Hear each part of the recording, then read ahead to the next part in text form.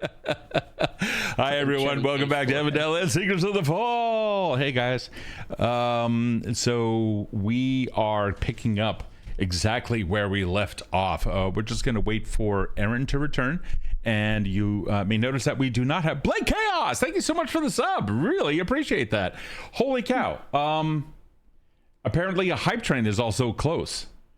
That's really cool. So if you guys don't know what a hype train does on this channel, when we started doing this whole thing, we weren't even aware that that could be a thing, and we ended up turning it into a way that you can control the fate of the players. So aside from channel points, which everyone can get, the longer you watch, the more you earn. It's all down below. Click on that little thing. It's free, and this way you can still interact with it. But if you do want to financially support the stream through bits or subscriptions or resubs or what have you, or gifts, etc., the players absolutely gain an advantage. For example, a hype will be if you even touch on a level 1 hype train. If you even touch it, not even complete it, if you just touch it, everyone here then receives a +1 bonus that they can apply to any check, any piece of damage. They can't gift it between them, but they can apply it to their rolls.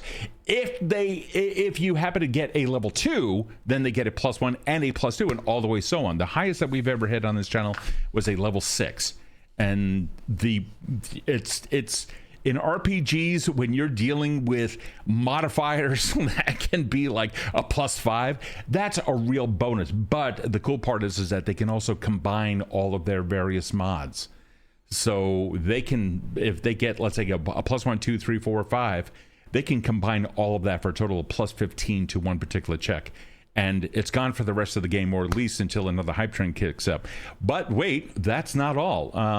The entire party also receives a pool of advantages, which in Evandel we call urchins, after a specific deity. So that's a thing. Also, we are trying out something behind the scenes. You folks out there won't yet be able to see it, but if the crew likes it, Patreon patrons will have access to behind the scenes campaign information and notes directly from the PCs. But all this depends on whether or not the players enjoy it. So we found an online tool that I'm trying to get people to use. We some of them haven't even seen it yet, so we don't know yet, but there might be some additional things. So yeah, if you want to be involved in the game, you can, and there are certain ways. And of course, in the chat, you feel free to talk as an NPC. Feel free to interact. If I happen to look over to the chat and I see some pretty cool stuff that's happening over there, hell, we may even incorporate it. So don't think you need to spend points or bits or anything like that just to be a part of the community and have fun alongside us. Having said that, how is everyone tonight? Feeling good. Super duper. Wonderful. I am low energy like everyone else. Hooray! I absolutely love. So ROFL, Alvin's hat is definitely 50% of his personality. That's why I can't ditch it, as uncomfortable as it is. I can get rid of the fake beard, but I cannot lose the hat. Yeah, well, Alvin has already established that the beard is just merely a disguise. It is. It's for the war crimes. So that's what we're doing tonight. Before we get going with the game, let me spend a little bit of love over here in the chat and welcome the following people. Woodsy, I see that you were here. Woodsy, hi Woodsy. Hi. Hi, you're in the stream. That's cool. Crazy is here. Gotta get those numbers up. It's not, guy, I seriously, don't worry about the chat. I'd much rather that we play games together. Don't worry about the conversation that's taking place off on the sidelines. Enjoy the conversation here between us. And don't worry about the numbers and people and viewers. We're here to play a game amongst friends. Rafa, Vin Dorsa won. Who is? Oh, somebody saying That's me. That's Chris. Oh, that's Chris. Okay. Blake Chaos. Anybody? Is that anybody here? No. Yes, Blake, it's a person named Blake. Blake's our new friend. Blake Chaos is a new friend. Hello. That's my boy. Right there. I wanted to. Oh, that's somebody that you brought. That's someone that I invited last week, and he loves it. Oh, sweet. Well, welcome, Blake. Also want to say hi to Erin is here. Apple Clay. All right, so everyone in the chat is just pretty much a player, except for Blake and Crazy, it looks like. I think. Let me just double check here. Yep, I have already said hello to you and you. Vendorsa is here. I know we got a sub. ROFL, thank you so much for the sub. It's also you're welcome. So guys much. don't have to do that. And for the wow, and there's 1 minute left for hype train in case anybody wants to kick that up. I was actually, it's self-interested. I'm worried that it's going to be another tough day. So no. I know. Last week we went for 5 hours. That will not happen. Don't worry about it. We were all going brain dead last week. Everyone here was. It was. Whoa! We do have a hype train. Shit. All right. Well, it looks like we're kicking it off. Congratulations, guys. Each of you now have a +1, +2, +3. Oh, excuse me. Sorry, a +1 modifier. I mean, we'll take that. Sorry. You said it. Yeah, I know I said it. I know I said it. And the entire party has one advantage that anybody can use in order to reroll any d20. So An urchin, not an orphan. it's an urchin. That's right. It's not an orphan. Absolutely. Anything else? We cannot see you. What's by that? the way. We cannot see you. Just by the way. Oh, hold on. Yeah. That's How the about only now? reason I got the stream up. There we go. There we are. Okay. Close We're all the watching the stream. screen so we can see. Yeah, no. Feel free to tell me behind the scenes stuff. Absolutely. Let me get that all set. So anything else from anyone here before we get right into it? No? Alrighty. So, anybody want to provide a recap, or do you want me to take care of that? I will take care of it. All right. No worries at all. We kicked ass. That's what we did. You really did. It was absolutely amazeballs what this party did last week. The Seekers.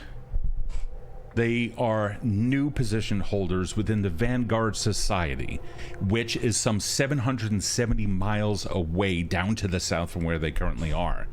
This is a vast difference, a vast distance. They ended up crossing it because about 2 weeks prior to them being assigned to this case, a meteorite had crashed into the country of Yurunde. And the Yurundin completely reacted with a massive amount of military might.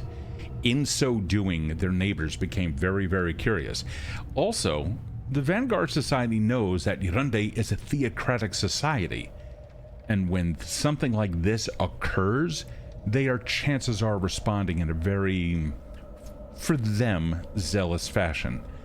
The theocratic empire of Yurunde is not known to be kind. It is full of rune giants, cultists, and others who have been cast out from other nations and then pretty much exiled up in there. Well, Yurunde will certainly welcome all of them, providing that they are willing to, of course, bow down to anything that their tyrant rune giant king will do or say.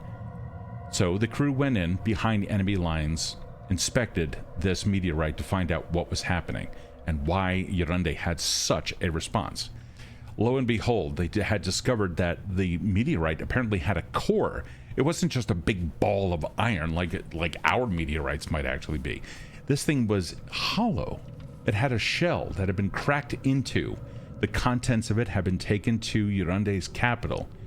3 sessions in, these folks went into the capital unseen from anyone, went underneath, found out where things were due to interrogation of prisoners and others. Slaughtered all of the cultists in there. There was actually one left over. One of you had pointed that out. Yeah, I deleted it off the map because we were so fucking tired last game. It was like, no, we're not gonna get that. So I deleted it off the map. And what you ended up engaging with was at one point so far above you, and yet you managed to take the object that was there. Now, why would you want it? It's not that you would. The Vanguard Society wanted it because they understand that there are objects of power that are out there in the world, and either academia needs to know about it, or sometimes an imbalance can occur. In short, you guys are professional thieves. So they recovered the object, an oblong thing which someone had referred to as a tier of like this ice queen, which is really Chrysera, a deity who firmly believes in survival. Well, after this bout, most of the party was damaged to the point where even Zora had dropped dead. Thankfully, Alvin was able to, using battle medicine, get Zora back up to a healthful state, at least one that is stable. Karl had also experienced fantastic amount of damage, and so did Aldred down below.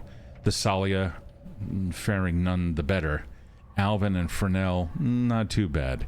But either way, with the party now completely damaged, they have to get back home, and that is where we are now going to pick up. Did I miss anything of import? I think you nailed it. One thing. Yeah. Oh, Frenell did get the final blow on the big bad evil guy. Are we handing out accolades? Okay, cool. Yes. So, I mean, Frenell was the one who dropped. It just pulled a javelin, from somewhere out of her wig and just tossed it and just okay. Giant haircut. So. And all the cultists that we murdered had that mysterious black goop. No. On one hand, no, that they were pointing towards. No. So what Alvin here is referring to is something that was found inside the meteorite, according to one of the people they had captured in session 2. And when that person was killed, thank you, Thessalia. You're welcome. Thessalia. That person, who was like a priest of some kind, started leaking blood, the usual fluids, as well as a black goo, which Alvin then collected in a transparent vial. And then after a little bit of research, they began to discover that this black ooze, is somehow some way attracted to exceptionally powerful things like artifacts.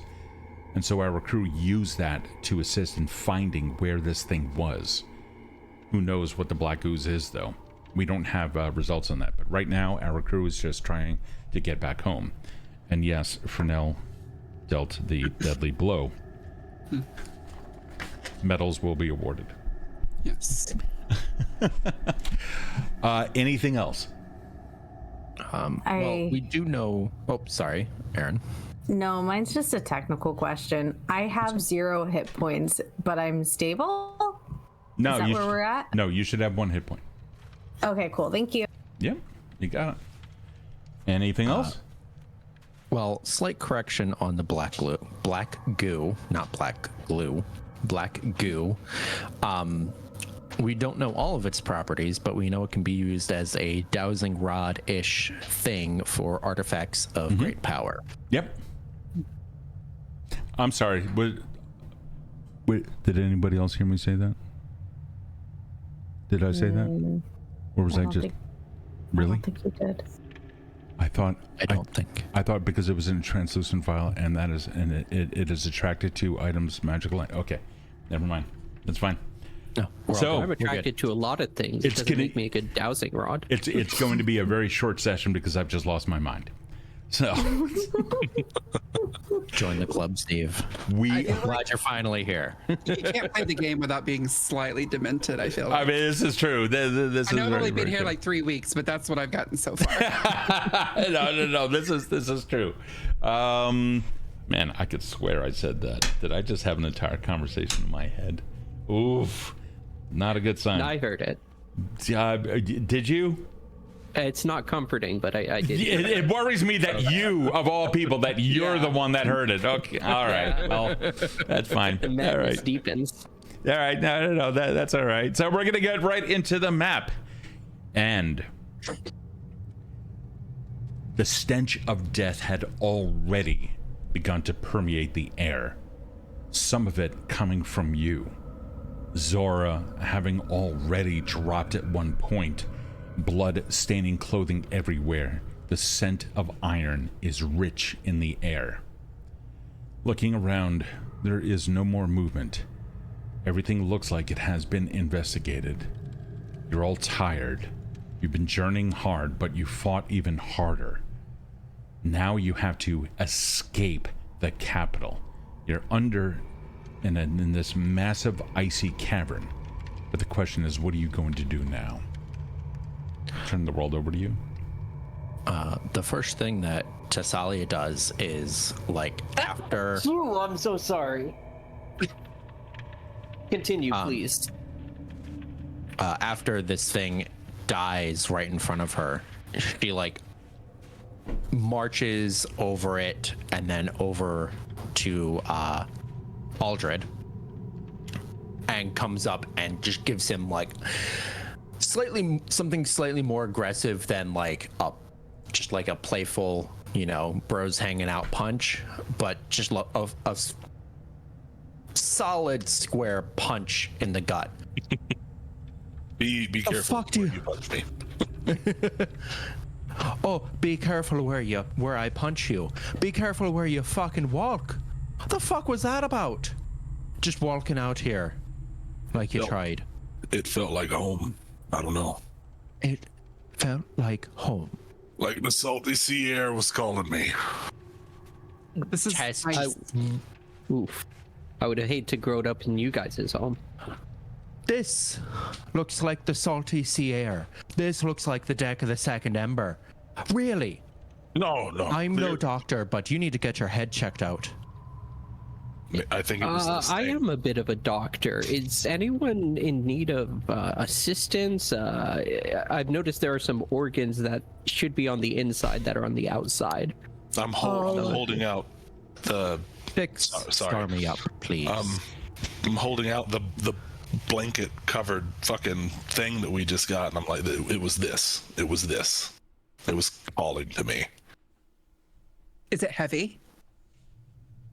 Is it heavy? You know, I felt that too. It definitely was calling to me a bit, and I did not like it. It has a weight to Aldred. it.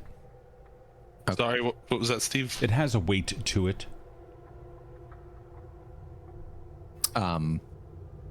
Aldred, if you like hold it out, Tess is going to just like carefully but quickly like just grab it from you and like tuck it up under her right arm. I'll be taking that, Stormy.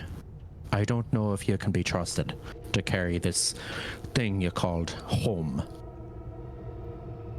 No, it was like it felt like home. That's what it was. Oh, that's what felt like home. I thought you were talking about the corpses. Well, that makes more sense. Well, anyway, we should clean these bodies up, take what we can, and get out of here. We Aldred, should pose them to Alvin. make it look like a natural causes scenario, like they all got in a fight. That man's chopped in half. I don't. Natural Normally, I causes. would agree with you, actually, on that, but I don't know if we have A, the time, and B, the skills to sew these people back up to make it look convincing that they died fighting each other. Alvin, can you heal Stormy up? He is bleeding quite a lot. Well, I can certainly give it a try, and with that, I would like to make a medicine roll, Go ahead. if I may. I should have some supplies here on me.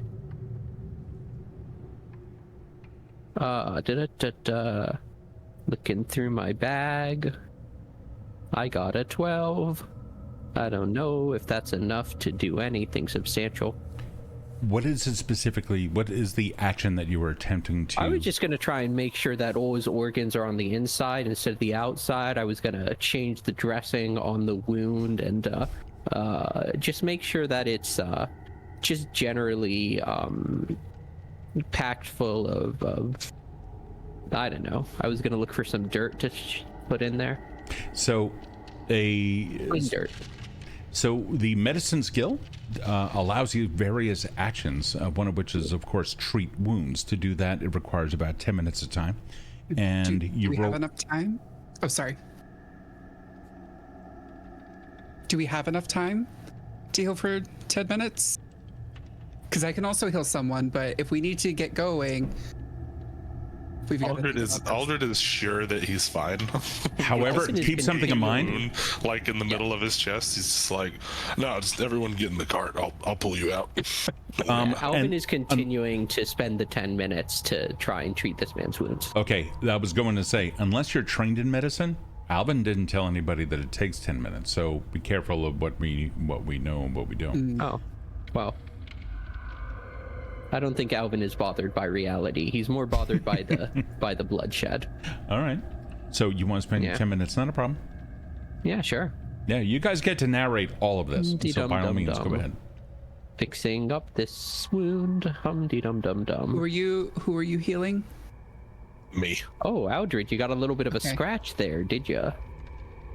Yeah, it's not that deep. Oh, it's pretty deep. I can get my whole hand in there, see? Ah. Oh, geez, oh. I'm just going to Aldred, leave that that's where not I the found it. compliment you think it is. He's got small hands. Yeah, you are right about that. Bum-bum-bum-bum. While we're here, I also have my insides on my outside. I would prefer if it was anybody but Alvin, though. So if somebody could heal me too, that would be great. I can. What's wrong with Alvin? He looks Oh like gosh, he's you doing sure do have a lot of intestines. That's what's wrong with Alvin. They go on for like Frenell, miles. please help. I think I can help you. So Frenell walks over and is like, "Oh, doesn't go there now, does it?" She like quickly starts scooping things back in, sort of like she's still got some tea leaves. Where is she grabbing these tea leaves from? We're not going to ask. That's don't Google that. That's something else.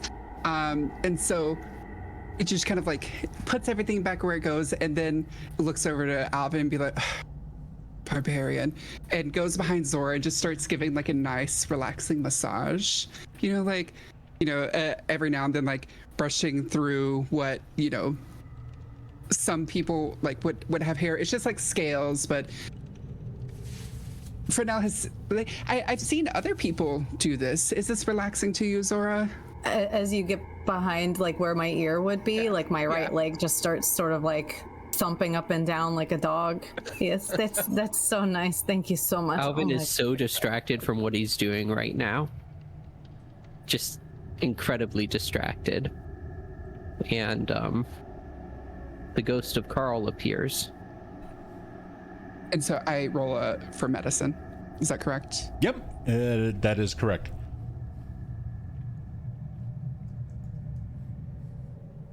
Oh, I don't have to. I was trying to do it directly to Zora. So I like double right clicked. No, then go it ahead and just cannot- roll. That's fine. You could just roll it under your action skills or skill actions. Okay. Let's see. Sorry. If and by the way, it was asked by Crazy in the chat: is this treat wounds or is it risky surgery? I think it is risky surgery, but they're not attempting. The real difference between these two is whether or not you're trying to bring somebody back from the brink of death. No one's here on the brink of death, therefore it would just be treat wounds. I am still looking for it in my. I am I'm, just like, sewing Trying away. to find it. Okay. I'm just so sewing. if I understand that, 1 second, Frenell. It just. Wait, no, that's not it. Frenell, Yes. on your character sheet up top, the second icon is the geometric shape. It's the action symbol. Do you see skill actions listed down underneath it all? Yes. Okay. So if you go down, do you see? Oh, because it's not there. That's fine. You could just make a standard. Yeah, you can just click on the little hand thing for proficiencies, and then just click the word medicine or your modifier. Okay. And that's fine. Next time you want to do treat wounds, it's under the exploration tab in actions, there you go. not encounter. There you go. There we go. This is a 12. Okay. So exploration, thank you for that. It is actually an exploration. It would be, and it is the same. Frenell does not have any bonuses to treat wounds, so he didn't miss out on anything. Unfortunately, the DC is a 15, so you do miss it. However, and you do have a +1, but that's only going to get you up to 13. The entire party does have an urchin, courtesy of the chat, in case you're interested in using it. You also have good berries. I was gonna say, I think, do I only have 2 good berries per? So I would only have 1 left, right? Is that how good berry works? I remember, like, I was just learning how good berry worked right at the end last week. Yeah, no, that I know Yeah. that this is true. Good berry. So you do need to actually have a berry, and then when you touch Okay. it then becomes it then becomes that. So you tell me how many berries you have that you can do. It's assumed that your character knows to do this. So you tell me how many berries you have, and maybe you just have a whole container of blueberries somewhere. There are a lot of berries stuffed in my hair. And well, I guess that answers your question. I just got an entire branch of berries and just stuck it in my hair. Yeah. Did you think this was just for decoration? Absolutely not. Frenell came prepared. Okay, so now I look somewhere. Everything looks different because we're not in combat right now. So for good berry, do I need to roll anything, or is it? I think it's just. You just cast it. Oh. And it's a focus spell. Well, you're still only first level, so nothing else will happen. But yes, that will then create a good berry. Oh, see, that's what I meant earlier. It's like the focus pool. There was only 2, so now there's none for focus pool. Right. So after a long rest, then you'll get your focus spells back. Okay, so Okay, but I each can have more than 2 berries, but I only have the 2 focus. Points until I rest. Okay. Yeah. For the most part, I mean, it's still a berry. Okay. It's going to go bad over the course of time. But either way, it will heal 1d6 plus 4. Perfect. And I did not target. Oh, by the way, so there is a duration to it. Okay, if you read it, there is a duration, and yeah, it's 10 minutes. So just be advised. So you can create these berries. They have to be used within 10 minutes, otherwise they wither away. Oh, I think it says a day. It says duration. Or it does say duration now. Okay. I fully read that wrong. I apologize. Constable, thank you so much for the raid. Hello. Yeah, so it's good. So you can create a whole bunch of them, providing you have the focus spell slots to do it. But at least you can cast it twice per day right now, so not bad. Okay. So we did that. So Zora was healed for 8. Yes. Thank you so much. That is incredible. And the massage was nice, and the ear scritches. Thank you. I'll have to work on my technique. I see it did not rejuvenate you as much as I had wanted, but at least I had some nice and delightful berries for you. Darling, it's hard to exfoliate these scales, but I appreciate the effort. I'm not feeling any better yet. That's Did you want a massage? Alvin is currently working on Aldred. Alvin, when you rolled a medicine, what did you get? I got a you said it. But... piss poor. I got a 12. Oh, you got a Nope. 12. Yeah, I got a 12. Okay. Let me just double check something. Yeah, it's 15, unfortunately. Yeah.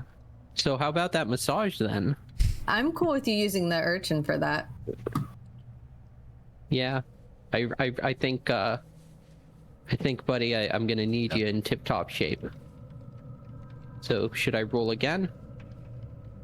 Yeah, I'd say that's worth burning the urchin. No, I can roll a treat wounds. That's what you would roll, yeah. Okay. Oh, okay. Well, it's just the same thing. It takes into account the difficulty. Well, it was almost a success. Dang. So that You burned finger, my orphans. I'm Aldred, getting woozy over here.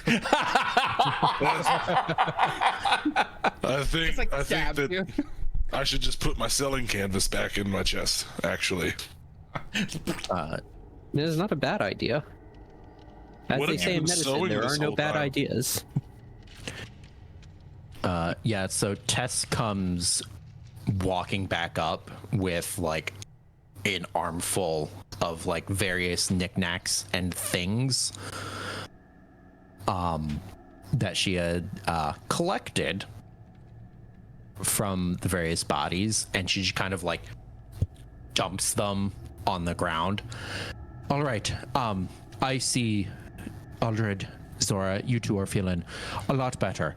Well, Not, actually. you were doing that. We'll have to learn you some sarcasm. While you all were trying to heal everybody, had some blood. I gathered some things that looked important to us. Well, or could be useful, whatever.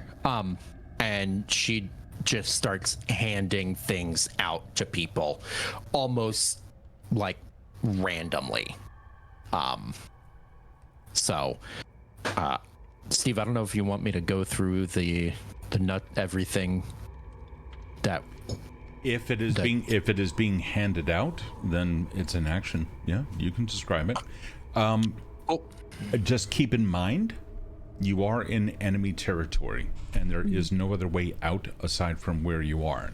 And of course, the longer that you're here, where a very powerful artifact was kept in the lower level of a capital city, hopefully the people you slaughtered don't need to be anywhere soon, or no one is expecting a report back. Yeah. FYI.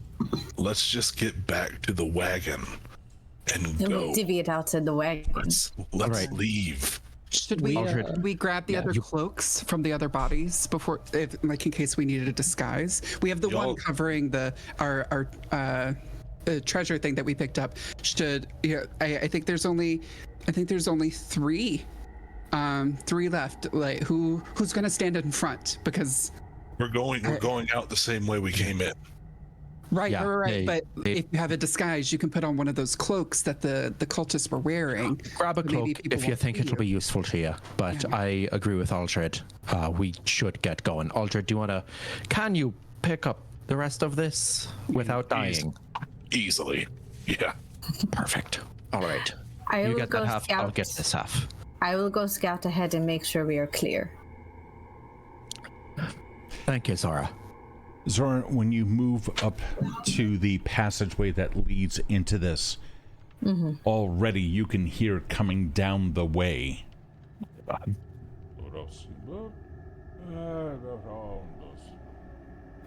Nope. You begin hearing voices coming down. I come right back. Is there any other way out? Because there are people coming this way. We need to go. Let's hide. Where? Is there any? As far away from the thing as possible. And I start running to the other side of the stage so I can duck behind it. And Are you trying to do that quietly by any chance? Yep, I'm trying to do it quietly. Give me a stealth check, please. I thought I was being smart by saying I was doing it quietly. Actually, it's a. You know what? You do stealth checks. I have the ability to, as players, to do it too. Oh, okay. Yeah. Yeah. Oh, how's about that? A 19. Well, as How far you like as them apples? Okay. Never mind. You're good. And I call back very quietly to my friends, and this way we can ambush them when they see the thing is missing. Alvin's got the right idea. Everybody, quietly, hide. Well, how about we just hide right by the entrance, so they walk past us, see the dead bodies. There's no time. There's no time. You came here first. You begin hearing voices appearing down the hallway, or coming down the hallway. It can be rather unsettling. One of the voices appears to be speaking with some authority. Anybody would like, I will give you each a single perception check if you want to kind of get the idea of who it is that could be coming down. However, it may not make any difference. Anybody want to I'll do a perception Sure. check. Sure. Yeah. Hell yeah, perception time. Yeah, let's see what you have. Zora with a 15. Okay. Did mine Just need roll? to remember how to do a perception check. There we go. I figured it out. Left-hand side. Oh, Is mine rolling? it is rolling. You're also... There it goes. You're also pressing... Are you pressing and holding down a key? I wasn't. Yours is coming up as stealthy. Or not stealthy, but there. Private. There. Unfortunately, you rolled a 1. But that wasn't the first roll that you made, Chris. Hold on for 1 second. The first one that you made was a 12. For some, yeah, but we can figure that out.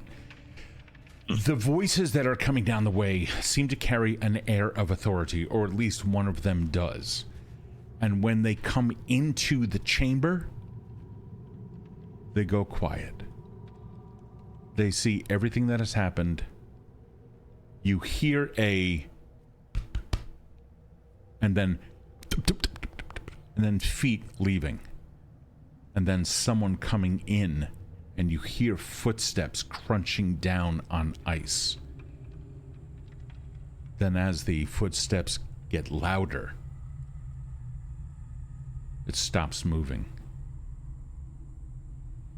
Did someone just drop? That was your You- backup. Yeah, it was your backup. Oh, hold on for 1 second.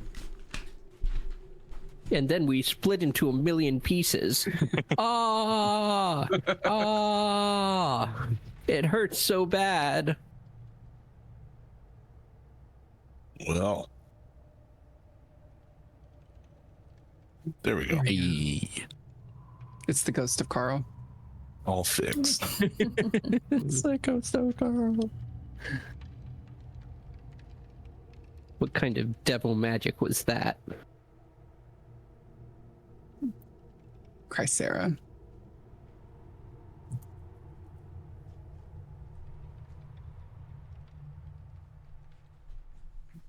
Boy. Okay, don't know what happened, but it may come back or not. I'm not certain. It's all but fixed. All fixed. well, so you think I'm looking at the phone, which is creating the other thing, and it's not fixed. So we're just gonna keep going. None of you are looking around the corner. However, Thessalia is as close to the corner as one can get to get a good view. Yeah, I also rolled not great on a stealth check. So, as far 11 as total. you know, Well, yeah. Mm-hmm. But yeah, sorry. so you're still you are closest to the corner. Are you looking or no? Yeah, I think I'm trying to just like kind of get a little peek out, see, because I heard the footsteps recede, and then maybe I didn't hear them come back, so I'm trying to peek around, see if the coast is clear, so that way I can get everybody moving. Sure. You don't see anyone there. You heard them, but now you're not seeing them. You came around the corner like over here, I assume. Yeah. Yeah, you don't see them. Now, of course, they could be on the other side of this large dais that you happen to be hiding behind. Yeah. But right now, you're not seeing anything. Take it from here. I'm gonna try to, get up, quietly. Get up a smidge, kind of creep up, maybe take a few steps, stop, listen for a heartbeat or two, and take another few steps. I just rolled your perception check in secret. Yay! As far as you can tell, there's no one in here. All I right. make a hand motion to the others. And I go like, you three, look for another exit. But, mostly with my hands. I'll start scouring the side closest to us to see if there's another way out. Sure. Yeah. I'm watching the other corner. So far, everything seems to be okay. Karl, meanwhile, not here, would have at least gone to hide with you. So let me move his body back over here. But he's looks like he's healed up. He's just gonna hang back in case anything happens. Zora, I see that you're also looking around. Unfortunately, you see no other way out. Except, nope, you see no other way out.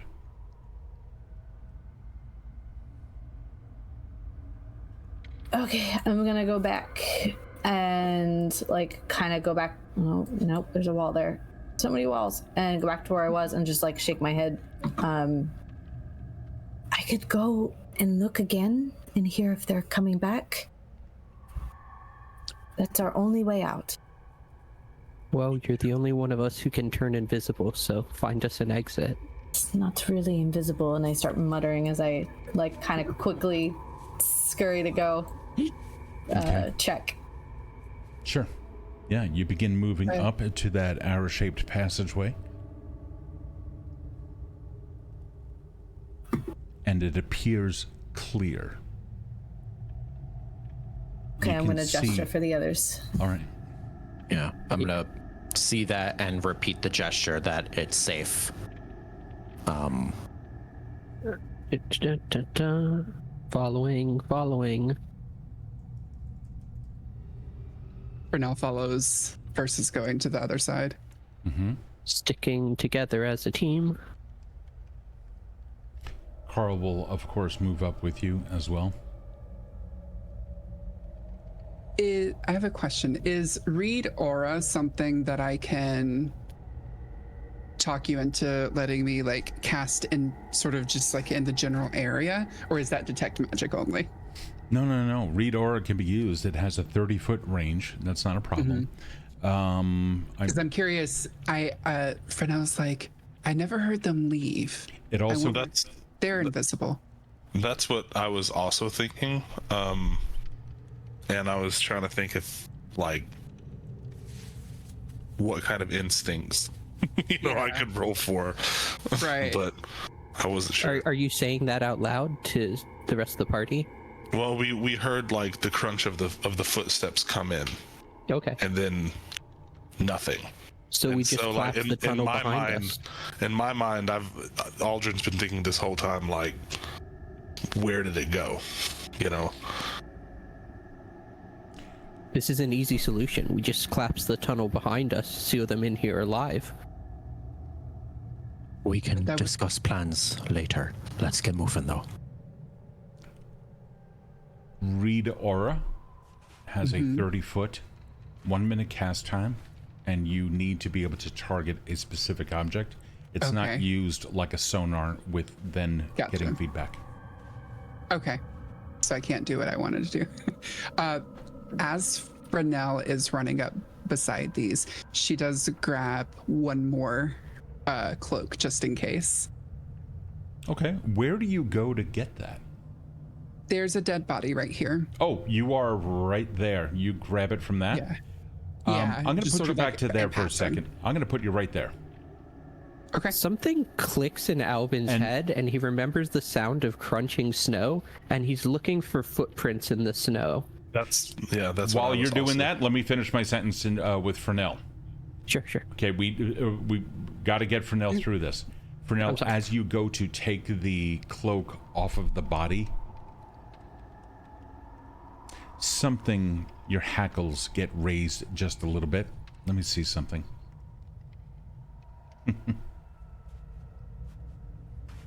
You look down and you can see a weight shift of 2 footprints within 3 feet of you.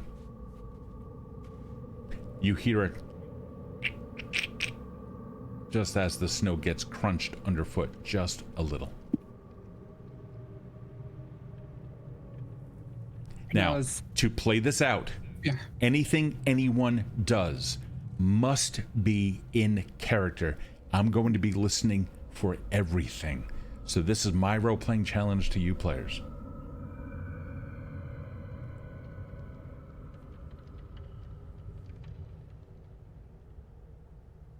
Does Alvin see where the footprints are? Alvin, no. Alvin was looking around for the footprints. I was also wanting to roll for that. Yep, absolutely. I will roll for you. And let me get Aldred.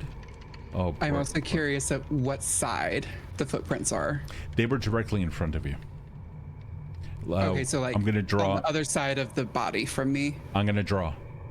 Okay. They right here. Do you see it on the map? Oh, okay. Yes. Yeah, like right there. Let me take a look at the die rolls real quick. Aldred, you're looking around in your weary state. You have a little bit of blood in your eyes still. Your intestines are still, you're packing things in. You're doing the best that you possibly can. And you don't notice anything until just out of the corner of your eyes, something didn't seem right. And then you look down at Frenell from where you are, and you see the same thing. I am going to look at Frenell. I'm looking at Frenell's looking down at the things, so she's not going to see you. Yeah. Oh, Wait, was I successful in grabbing the robe? Yep. Or have I not grabbed it yet? No. If you wish to complete that action, I'll let you know if anything stops you. Okay. So I grabbed the robe. It just sort of, I haven't said anything, but I'm moving very slowly. And I'm just taking sort of a half step over, just sort of like, as if I'm going to go around just to see if something moves and just kind of, I need you to check this wound. Yeah. Come check my wound, please. I'll be right there. I'll be right there. And just like very slowly to see if the footprints move. And just act like nothing is happening. In order for you to notice that, you're going to have to lock gaze down in that area. Is that what you want to do as you pass by what you might believe is a person right there looking at you? Yeah, so Frenell she's sort of like quickly, she's got the robe and she kind of lets it like trail down to the ground a little bit, and she's kind of leaning over to like pick it up. So she's looking down but sort of trying to hide the fact that she's actually just like looking a couple feet over, but that way you can't see her eyes. Okay, one moment. I'm going to roll a deception check, a hidden deception check for you. Let's see. There's no need for that. We get. No, of course not. Why would there be? Oops, I dropped my robe. Right on top of this person. Yeah, you rolled it for me. I did. I don't have to roll. Okay. No, you're good. I'll let you know. If it's a secret roll, I always get to roll. Okay. Yep. You're okay. Alvin, what are you doing? Nothing. Nothing except slowly moving my hand to my dagger. Okay. Aldred. I was waiting for Frenell to get to me. Yeah, Frenell hasn't moved. I'm waiting. Yeah, Frenell has now moved. Okay. Okay. Yeah, I was. We're not in turn around here. I'll let you know if anything stops you. And I'm going to lean down as if I'm letting her check my wound, everything. And I'm just going to be really like whisper really, really quietly if I can. I'm just going to be like, I see it.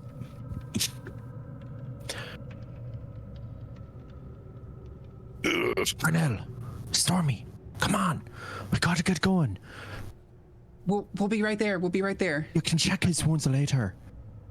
We need to get moving. It's really bad. Give us just a second.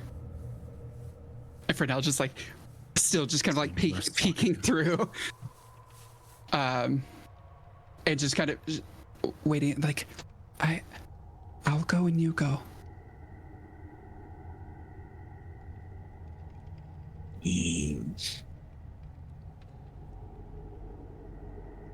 I don't know how much longer they're gonna be gone for. We need to leave. Yeah. I agree. Stormy, I will drag your corpse out of here if it gets you moving. All right? Get moving. No. We should go. We should go. Just be listening really hard. Because we heard them walk in. If they start to follow us, maybe we'll hear them again. Just count your footsteps as you go. And she's just like whispering this like as quietly as she can. And like, because she has not seen like footsteps move anywhere. It's just, okay. And then said, we should go. Alvin reaches into his pocket for some caltrops. I think I heard something.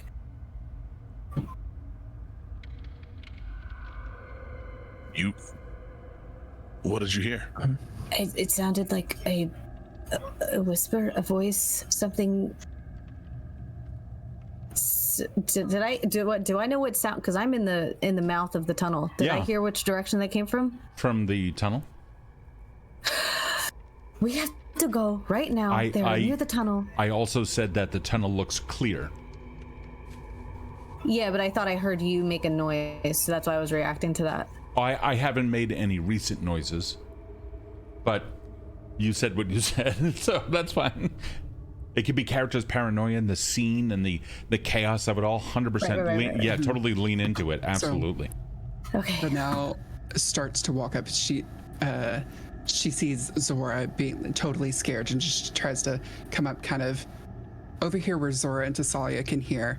As she's already whispered to Stormy, like, come on, we've got to go. And she is. As Frenell passes me, I whisper, remember the snare. We haven't divvied out items yet. Yeah, we don't. I thought damn it. Nope. They're in a bundle split between me and Aldred right now. Yep. Yep. Yeah. Yeah, I mean, yeah. I'm just going to join the rest of the group right now. Okay. Right. Perfect. Zora, I'll take point. I'm slightly less injured than you are, if you don't mind. No, please, by all means, as long as we're all going, that's fine. Karl, agree. with blade drawn, still he hasn't, put anything away since the battle, because the battle literally just ended like a couple minutes ago. Karl's just like looking around like people often do as they leave a space.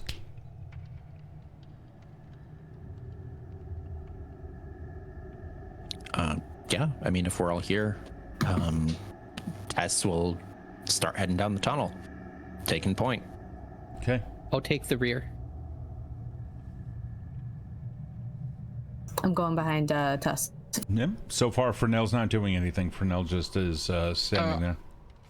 I'm mostly struggling to see where to go. Okay. There you go. There we go. And I Alvin, thought you were going to without- change the scene and we were going to be in a tunnel. That's No, I'll was let at you the know if edge. things change.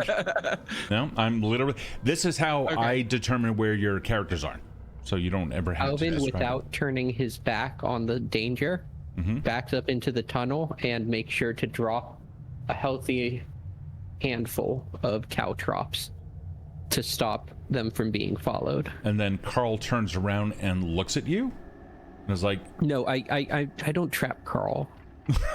"You said you dropped them right there." I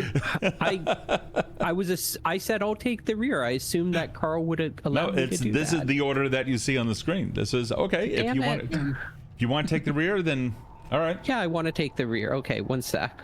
That's why he has his blade drawn. Okay. Well, I also have my blade drawn and I Okay. take the rear. Okay, me then just- Karl there goes you go. ahead. Yeah, Karl moves in. Yeah. Alrighty. Okay. Now I do that cool badass thing I was talking about. Sure. And did we just drop again?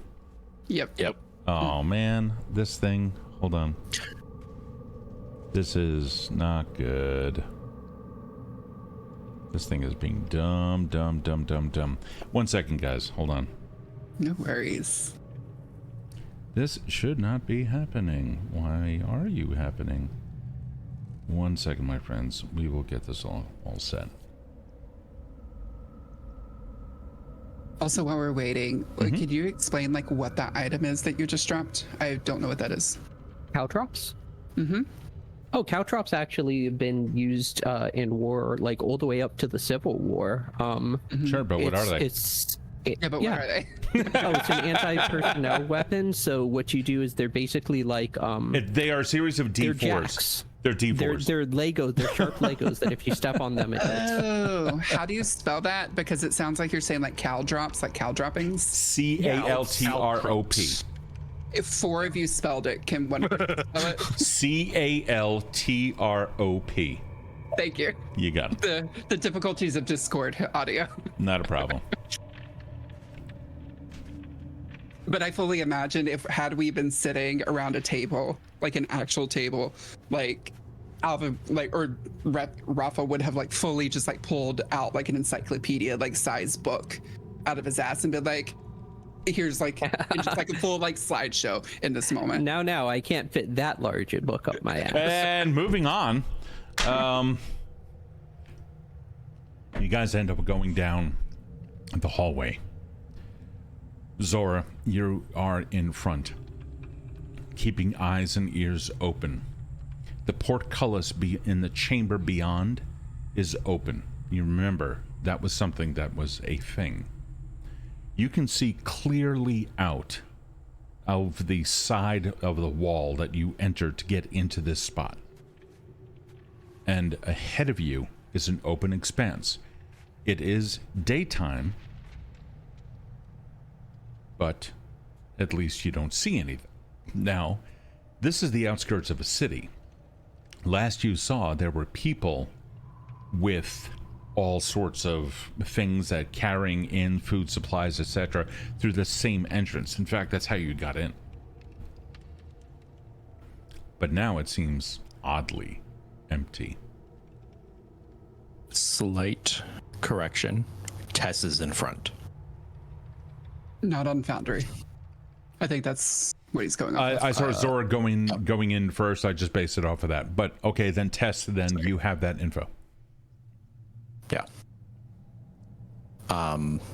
Yeah, Tess is just gonna kind of like at like the entrance to like this open area, just kind of stop, look around, see that it's weirdly empty, and just turn around and whisper to Zora, "All right," and everybody else, "All right, it's clear, but something's telling me that this is a bit of a trap. I'm gonna walk. Sorry, go ahead. Let's just try to get out of here quickly and as quietly as possible, but I think we're too late for that. Everybody get ready for a fight." Thessalia, have you ever been on a ship? And no, I'm not going to use metaphors. I think someone else might have been hired to do the job that we just did. I will have time to discuss jobs and stuff later. Let's focus on getting out of here, right? All right. Right. Do we have a clear Everybody get ready egress? for a fight. Yes, through the open portcullis that seems to be very suspiciously clear, but it's our only point, so let's just go. So the movie in my mind with the conversation that is still happening is that it is still a long hallway that you are walking down. Let me know when you come into the large chamber, and on the other side of that is the portcullis. All this while, anybody in the front would be able to see clear through that chamber. It's about 50 feet or so, and then there's a portcullis. You'd be able to see all the way through. Guys, I trapped our rear. We're not going to be followed quickly. Fantastic. Good thinking. Remember, listen closely, because they still may be invisible. Wait, what? Yeah. Because Yep. Frenell walked up a little bit earlier before we left and was like, "Hey, they're invisible." So Thessalia like fully missed it. So like Frenell's noticing Yar just kind of like going and just like, "Wait, no." I wave a hand They're in front of Thessalia's eyes to make sure she's not blind. So I think at this point we're probably at the mouth of the tunnel with the chamber and the portcullis. Thank you for saying that. So Thank you. I'm going. You're welcome. So I'm going to turn around to everybody behind Tess and I and say, "This is the portcullis that we came in through. This is the one that we're going to leave out of. It's a little bit quiet, suspiciously quiet. We are going to remain suspiciously quiet and get out. Everybody ready?"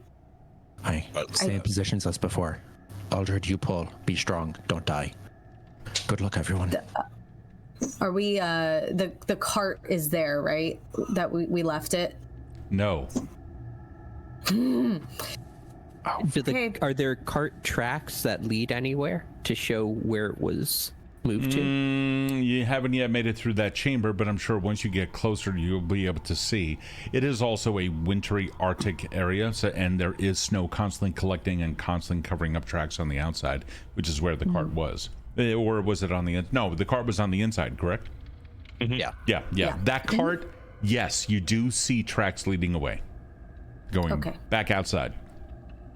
No matter, we don't have time for the carts. Karl, you take up the rear in case the gnomes, no offense, need a little guidance. The rest of us, let's go. And Zora's just gonna go. Yep. Okay. Tess is keeping pace with Zora. Frenell is trying to keep pace as much as she can. No problem. Alvin took offense. No, I'm just kidding. Yeah. When you begin moving forward, you're realizing you're gonna have to walk through all of that. It's broad daylight. There are rune giants out there. There are humans and halflings and dwarves, whole bunch of people that all live in this city. You saw them coming in. I'm curious what precautions you are taking before you just suddenly march out into the middle of Snowdrift Central, which is going to be considered difficult terrain, and therefore everyone's going to be moving at half pace unless you have something special. Any plans of action, or do you just do you want to keep to one side and look for tree lines, that kind of a thing? Or are you series of dark colored objects going to be seen in broad daylight against the stark white background? If Zora is one of the ones taking point, and with Tess being very agile, I would trust that she and I would know to pivot left along the side when we got outside to hug the outside, and then trust that the others would mirror our movement. Okay. Beyond that, no plan. No problem. That's what I was gonna say too. Okay. Yeah. I was wondering how high the snow is. The drifts that you remember in this area, they were significant. You folks traveled the distance, and it was not a slight distance. It was not a small distance in between the crater and Hold. You took your time getting there. It took several days. Could really use that card about now. You go out. Zora, may I please have a survival check? Yes, you may. Oh, thank you so much. I do appreciate that. Survival. Surprised that's not my highest. 15. Okay. So, you go out in there. It's quiet. Now, you're not yet beyond the walls. You can look up and around. You see no one exactly where you are. And then you hear a word. Caw! And there are arrows that just start raining down, but at that same time you all hear something that begins to, it's almost like a fog begins to light up that area directly in front of you, and so, and you see the snow itself starting giving rise to a very thick mist that completely encases all of you. What are you doing? Oh, sorry, Zora. No, go ahead. This is the chaos of combat. Feel free to talk over each other. You'll all get it out. Don't worry about it. Everybody, put your left hand on the wall and run. Yeah, I do that. So the wall, now you are coming out, here's the wall, and you are coming out this way. If you put a hand on the wall, you're going to go that way, which is you're going to just stick and hug a city wall. Is that your? I just want to make sure I understand your intention. Now there is a way to go this way as well, but then you're going up into like a hilly region, etc. Yeah, I think we just Tess's main focus is like getting out of this kill spot, basically. Okay. And the easiest way to get everybody out is either scatter, which is horrible with how injured we all are, or everybody just hug the wall and go. Alrighty. As soon as you say that, I know where you're going with it. So Zora is going to shout back to you. As soon as we get out of the range of the archers, we are going to go this way. And I'm going to reach behind me to grab you, tug at the direction. Everybody touch the person in front of you, hold on, and we will get out of here. All right. So with a mist all around you, it's very difficult for you to see, but there is you do see arrows every now and then landing right next to you. It's getting hairy. 1 second, please. That's 1, 2, 3, 4. Ooh. 5, 6, 7, 8. No. Okay. That's crit number 20. Okay. All right. Alrighty. So, now, you know what? We're just going to do this right. 1, 2, 3, 4, 5, and 6. We're going to go straight across the way. 1, 2, 3, 4, 5, 6. Karl gets it right in his back, and he's like, he continues to move and tries reaching around at first. It's like, nope, that's not going to work. The mist is completely obscuring you. Arrows have landed everywhere. In fact, one arrow ended up splitting another arrow right down the way. It was a natural one. And somebody's bowstring, and you hear cursing. You can also feel like a heavy sound and feel of the earth beginning to shake under you as a very large creature starts coming your way. What are you all doing? Rune giants, we are not staying for them. Let's go. And I'm going to go the opposite direction of where the sound of the giant feet are coming from. They are now coming in from behind you. Perfect. Oh, that's good. Great. Keep going straight. Which of you do you imagine is in the rear of this whole party where you guys really are having a difficult time seeing each other? It was Karl. It was Karl. Okay. Unfortunately. Yeah, definitely Karl. Was it? Oh, now it's Karl? Before it was Alvin. No, and now it's Karl. Okay. It's me. We did switch. It was Karl to watch the gnomes and carry them if he needed to. If they were. Yeah, it did get moved. All right, not a problem. Once we were in the hallway, Alvin and Karl swapped. Absolutely not a problem at all. Let me get this. Okay, and cool. Alrighty. Don't let us kill Karl when he's not even here. I know, poor guy. Typically, I'm like, you know what? I'm not gonna, play somebody's PC. That's just not fair. But you guys are also escaping, and it'd be unfair to you. This warrants it. Yeah. It's totally worth it. Either way. Just make sure he dies heroically. Heroically, I'll make sure of that. So you guys begin moving forward. There is who's in the front? Leading Thessalia, right? Yes. Thessalia, give me a perception check, please. All right. All right, it's under attributes. That is 13. Alrighty. You start, as you are moving forward, the snow is getting thicker and thicker, but fortunately this is one of the ways in and out, and so trodden through passage, meaning compacted snow, but also a little bit on the icy side. You manage to come out just as a billow of mist rolls back just a little bit, and then it urges forward and undulates here and there, and you get a quick little shadow cast down on there from an almost cloud obscured sun, and you can see a massive rune giant with a freaking club swinging right through the mist. 1, 2, 3, 4, 5, 6. They breaks right through. Alvin and Karl, the two of you are now running, and there's just like a tree trunk that swings directly in front of you. You guys then manage to scurry ahead until finally, Thessalia, you see somebody over in the tree line. They're not they're wearing all white and kind of like an Arctic blue here and there. They're in the back and you can see them doing something with their hands. And then you see another mist start creeping up around you. I'm gonna whisper back to, or yell back really at this point. There's a spellcaster on the tree line. We're going for them. Okay. As just breaks hard. How far away is Direct it? line. What's that? How far away are we from the spellcaster? You're in the mist, kind of difficult for you to tell, but Thessalia is currently leading.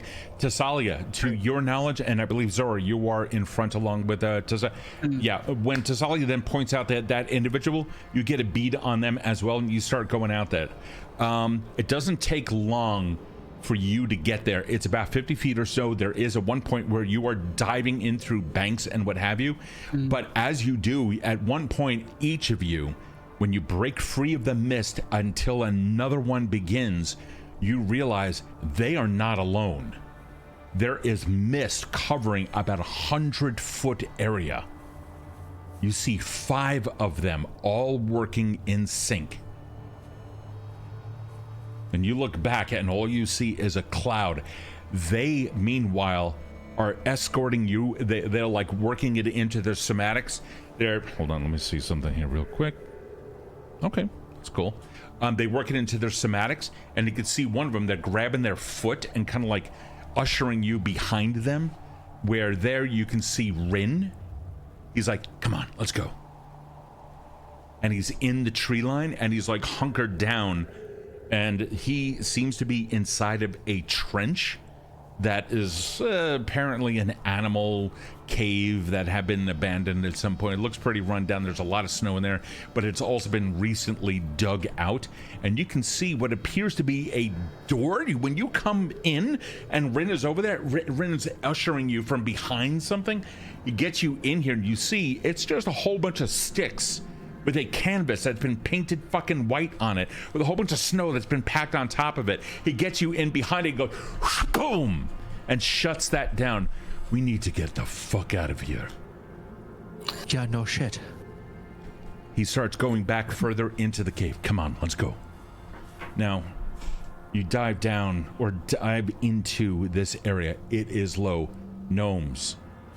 You have advantage. You can move at full speed. Everyone else has to move slowly because you are squeezing down. Then you start hearing some sounds of from outside, and as the winds are whipping around, you hear a crash of lightning, but all of that sound begins to disappear the further in you go. It takes about 15 minutes, or you swear hours have passed, when daylight can be seen again. This was a freshly dug tunnel, and much of it did not look like a shovel had been used. Instead, the earthen walls, completely frozen solid down to a particular point, of course, looks like it had been removed through magic. They get you out on the other side. All right, where are your wounds? Where do we stand with your wounds? All over. I just like open up my arms, like just my whole body. Stormy and Zora were hit the worst. And I believe Karl has a few injuries himself. Alvin, Frenell, are the two of you injured? I'm fine. I was able to avoid it. I got a little bit of a boo-boo. All right. Focus on the 4 of them first. Tess is like, blood is like matting her fur. Yeah. While Rin's doing that, I will take the time to try to treat Tess. Okay. Rin settles in just for a quick moment. We can't stay here. The search party is going to come out. We already have them working on that. But they're not going to stick around for too much longer. So we're going to have to get a move on. I understand that wounds are there. We'll help you out just a little, as much as we can. I figured you guys were going to be injured. 1 second. He opens up a pouch and he takes out, you can see it's like a ceramic jar. There's a red wax that has sealed a cork stopper. And he gives it to you, Aldred. Go ahead, break the seal, drink it back. Yep. Who else needs one? Zora needs one. And yeah, he turns around and hands one over to you. I have 3 more. Karl. Karl's like, oh, it's just an arrow. It's fine. it's like, speaking of, can somebody snap this thing off, please? And 3 inches to the left, and that would have been your spine, Karl. Tess and Alvin could use one. All right, here and here. So with that,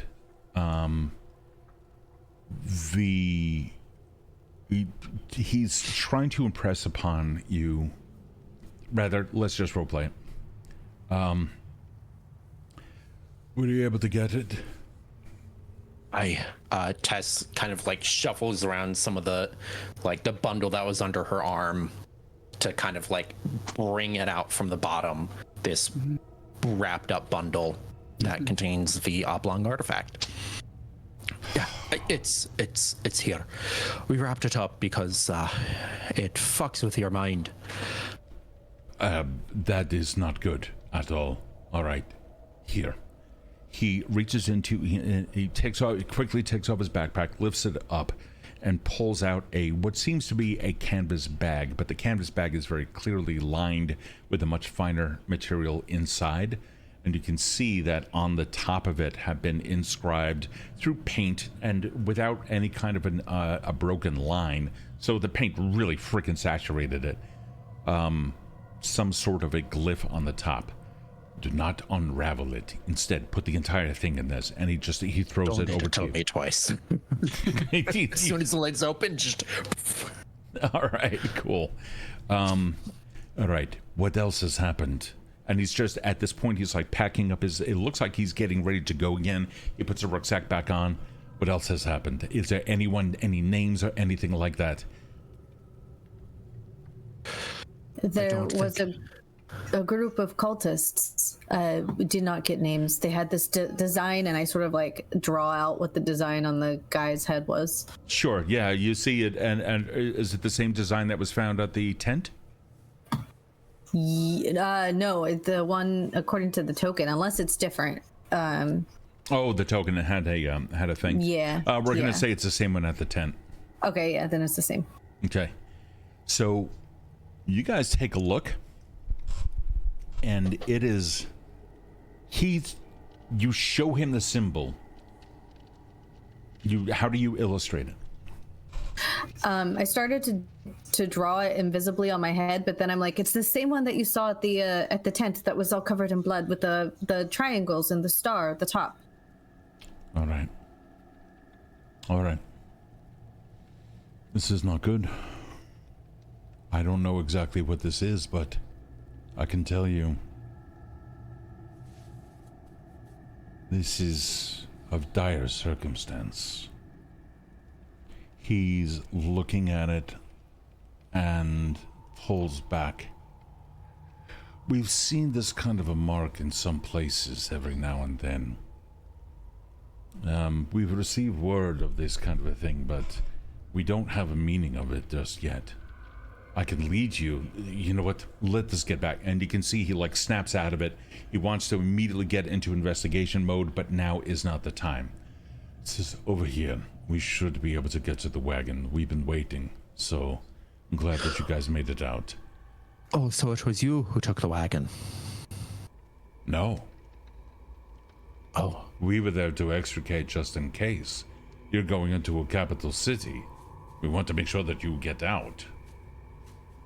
Well, I believe you told us that you weren't going to be here, so... I know that, but then when I was...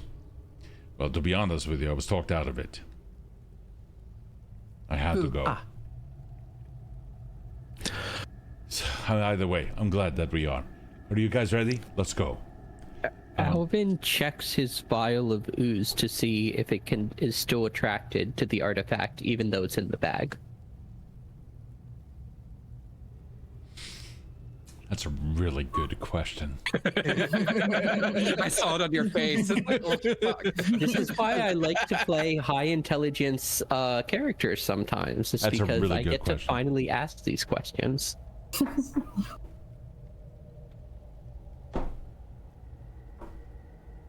The ooze is sitting still.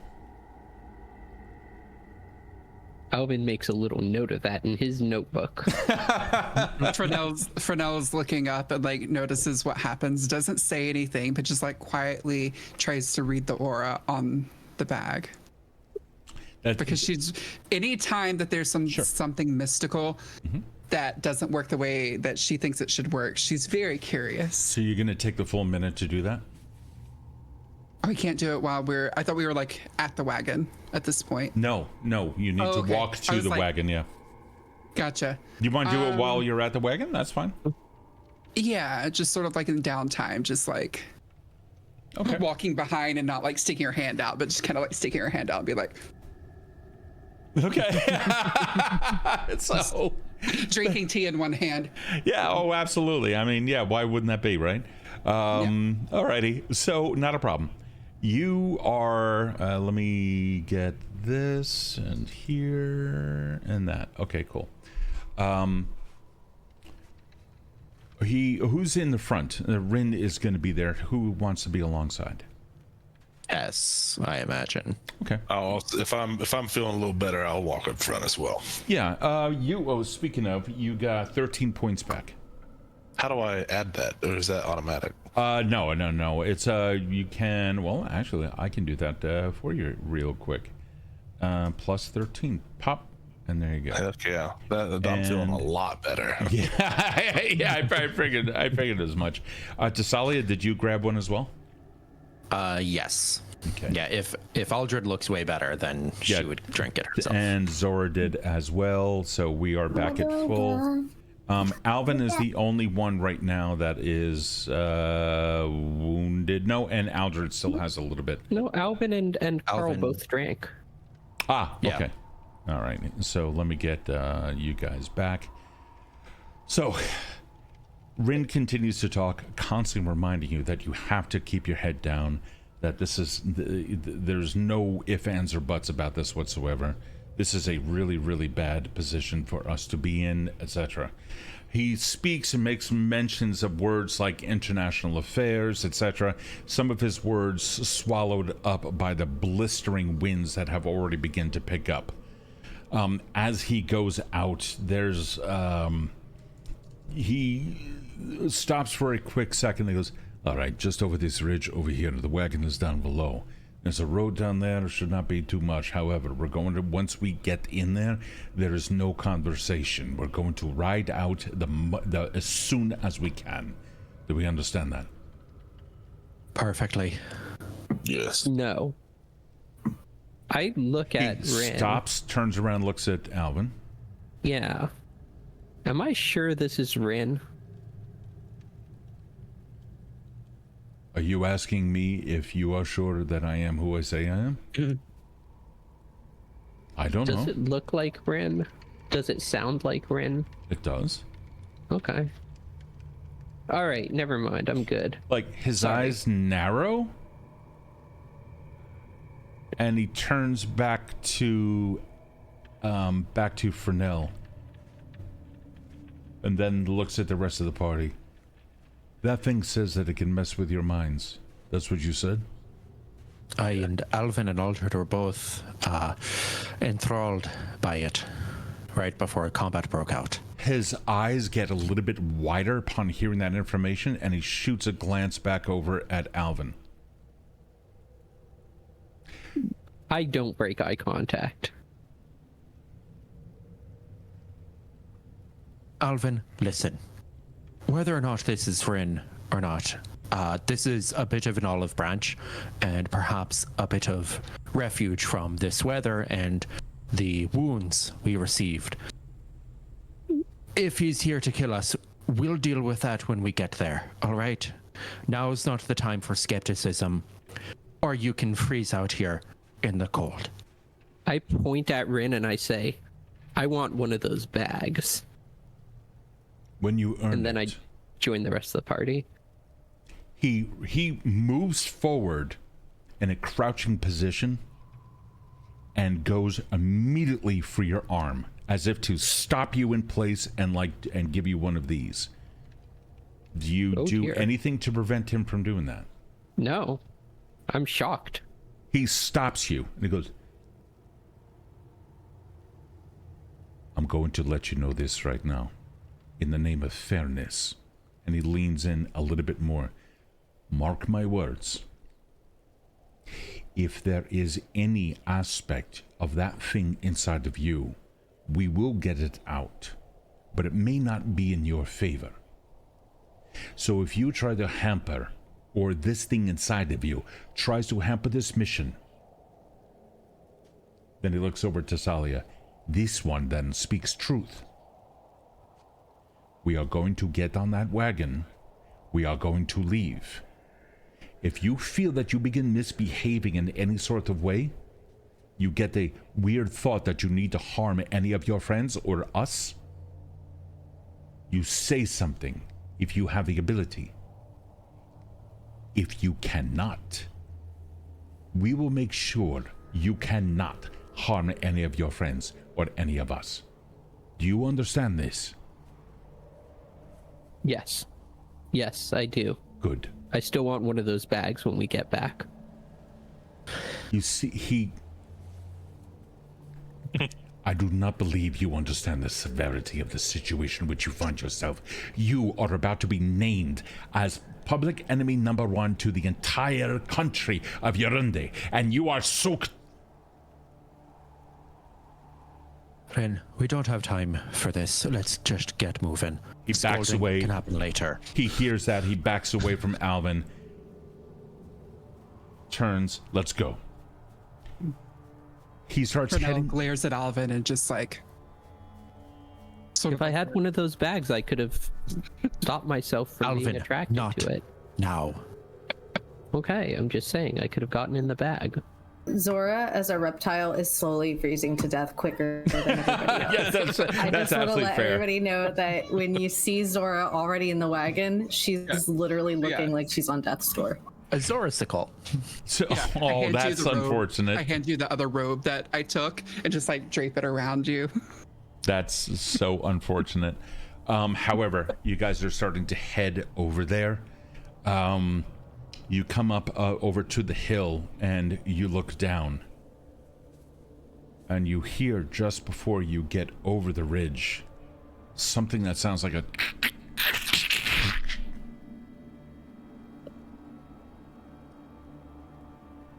peek up. And you can see 3 rune giants have completely crushed the wagon. 2 dead bodies are on the ground. And then another one turns, says something to the other, and goes, thunk, and taps an amulet around their neck.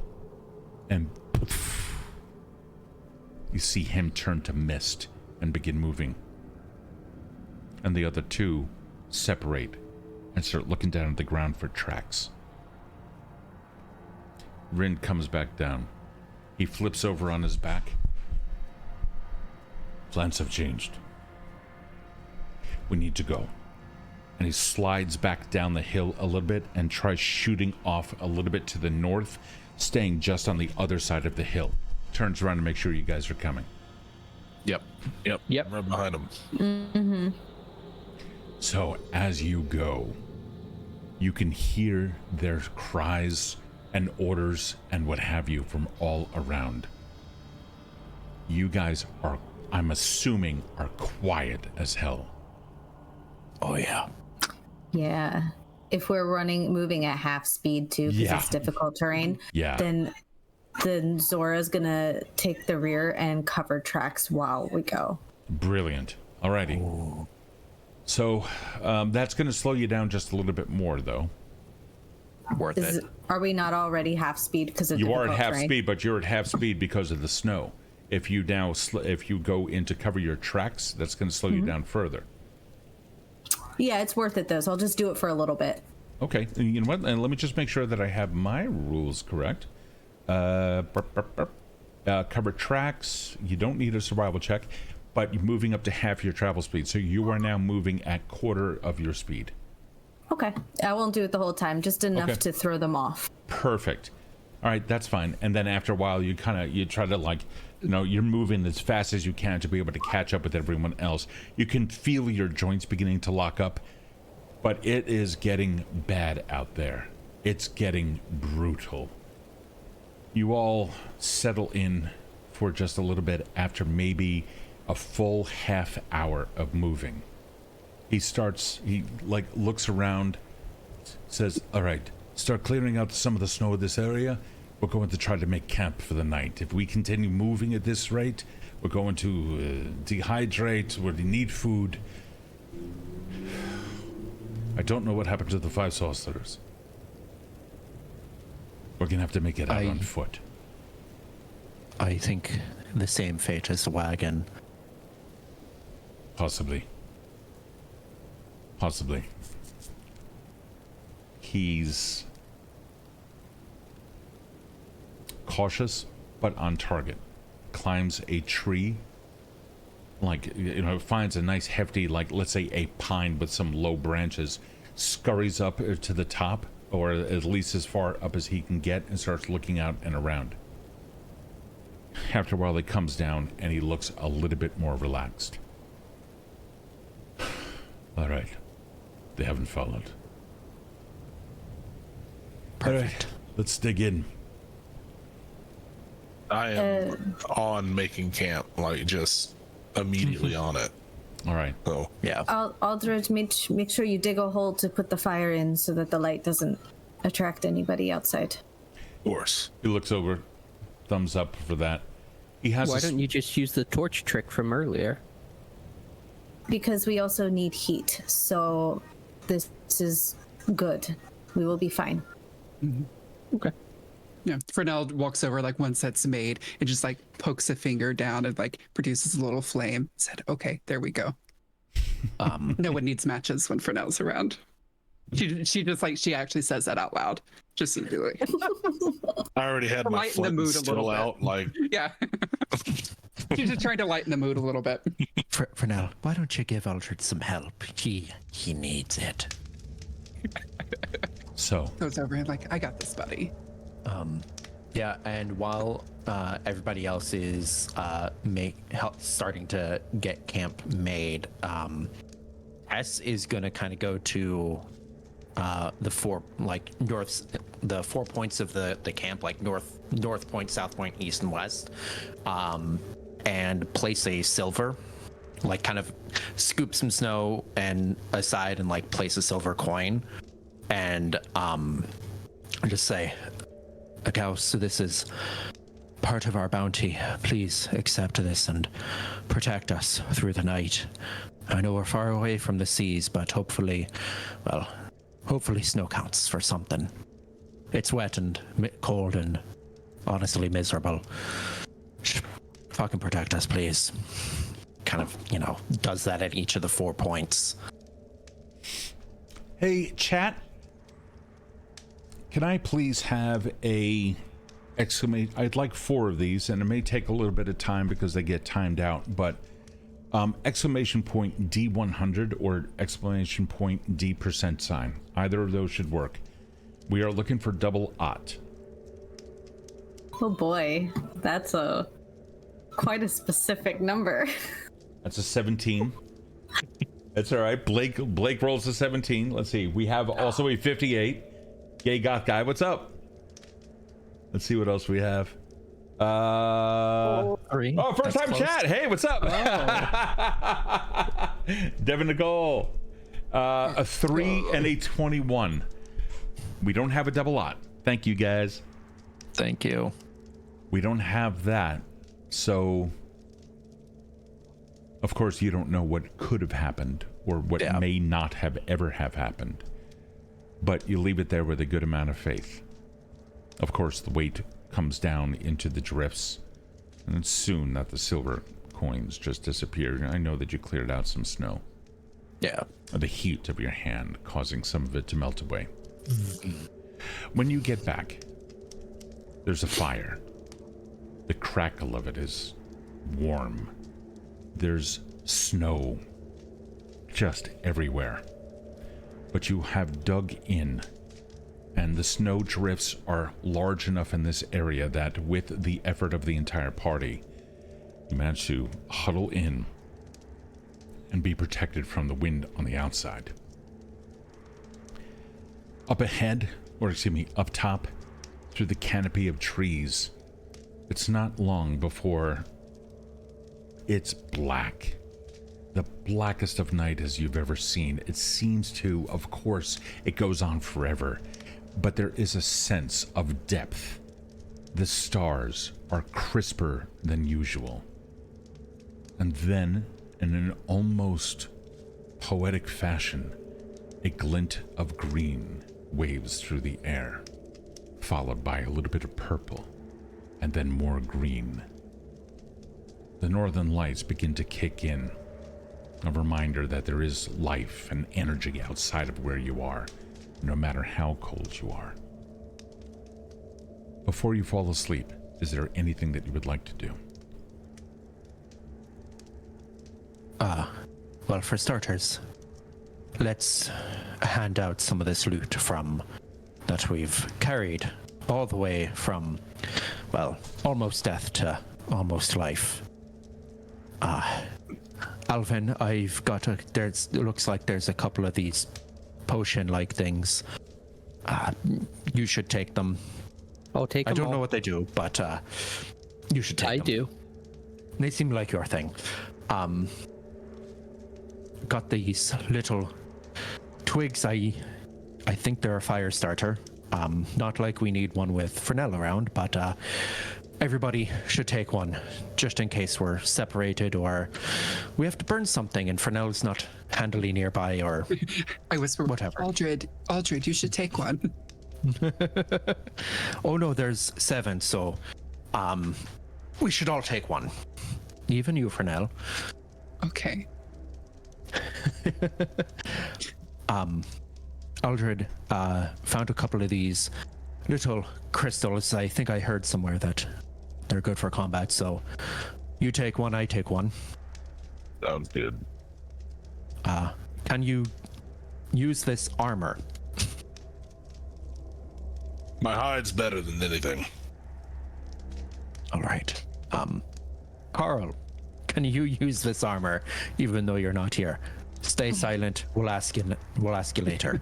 We'll hold on to it for you. Frenell, I found a pretty rock for you. I don't know what it does, but it's a pretty rock. She just like takes it and's like trying to like hold it up to the fire. I don't know what it does either. This is exciting. She's just like, and then she just like turns away and just is kind of like looking at it as you continue to hand things out. She's totally engrossed. Yeah. Aldred, this pendant has a bull on it. It feels like it should go to you. That seems right. Love it. Oh wait, no, that was from last week. I think that's oh, Alvin managed to scrounge up a couple daggers for you. I know they're your second favorite thing. So, got a couple more for your collection. Alvin quietly puts them away.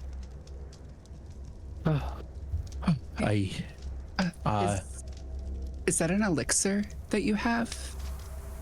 Frenell looks over, just sees this like tiny little like glass vial that's just like has not been mentioned. Is that a dark vision elixir? Could I have that? How would you know it was a dark vision elixir? Frenell has read a lot of books. In this world, I don't know how obvious things are. That's, you know what, I love that. You know, so we're going to say that you do have a way of finding out what it is, maybe because it has Frenell grabs it, looks like shows through like the flame, then looks off into the dark, and she can just kind of like looks up to the aurora, this like sort of like this magical thing, and it looks different. That's how she realizes. So there's something that you can do. It requires some concentration in 10 minutes, which you just identified, or just explained. Identify magic is essentially what you would do, but we're not going to worry about it. Yes, you identify it as such. Gotcha. She's read a lot of books, I promise you. No doubt. No doubt. Is that something that like anyone can do, or do I have to have that as an actual ability? That's the.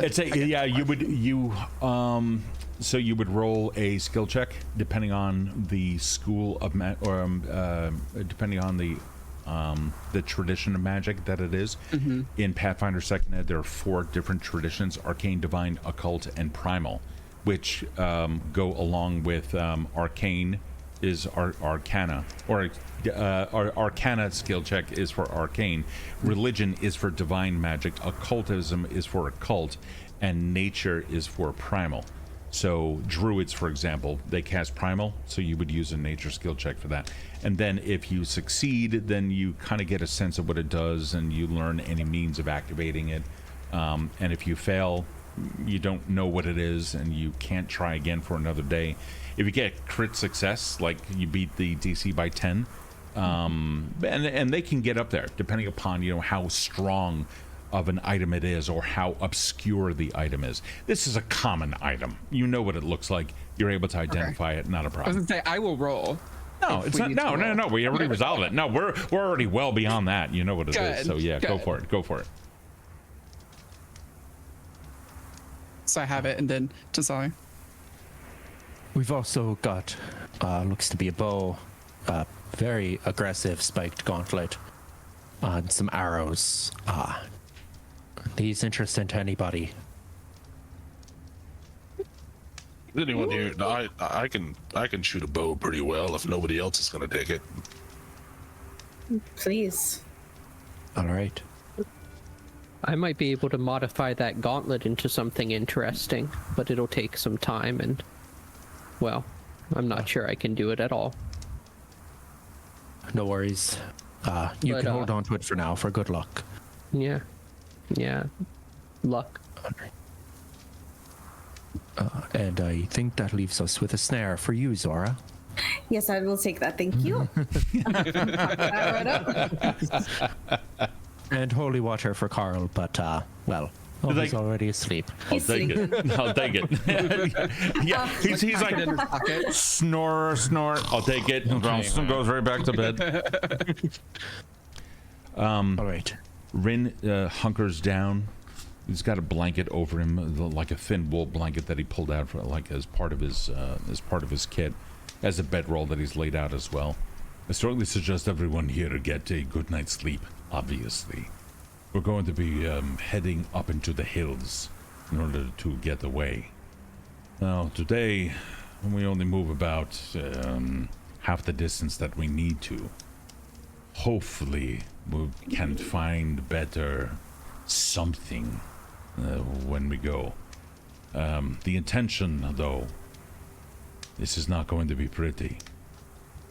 I have a feeling we do not want to stay in Yurundi. The barrier mountains and the foothills that we are currently in, of those mountains are holding back the wind. On the other side of that is the Sinjul Valley. We're going to have to go through the mountain pass in order to get there, and it's going to take us at least 8 days just to be able to get through the mountains. But once we come into the valley, it will be greener. It'll still be cold. We're still in the northern climates, but at least it'll be greener. Most of the winds and the precipitation that causes all of the blizzards within Yurundi stay there. It's going to be my home, and I know it like the back of my hand. This is going to be our best bet of survival. There's also running water over there.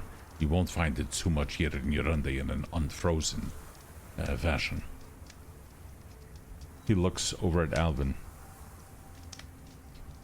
How are you feeling? Annoyed more than anything. Why are you annoyed? You ever go to build a piece of furniture and it's missing a screw? And you think, wow, I'd be making so much progress if I had this one screw. Or you look in your toolbox and you're missing a tool. You're missing a hammer. You could have gotten so much done today if you had only had a hammer. That's the way I feel about this whole job you sent us on. Oh, if only we had had 1,000 different things to help us along the way. I mean, these people aren't trained killers. They're not. I'm not a trained killer. I am. I'm a research scientist. Frenell is a librarian, for goodness sakes. But who killed him? That's why I'm annoyed. So you knew this signing up? Yeah, Are you annoyed with your choice? a little. Good to know that you are not annoyed with us. He leans forward. There. Pats you right on the shoulder and lays back and closes his eyes. Oh, Alvin sleeps. Oh, and just disappeared. Oh, sorry. It's like Homer right into the Simpson water. disappearing into the shrub. I'm still here. Sorry. That's just really the poor good. lighting in my room. I'm sorry. No, it's fine. We'll fix that. Take it from there.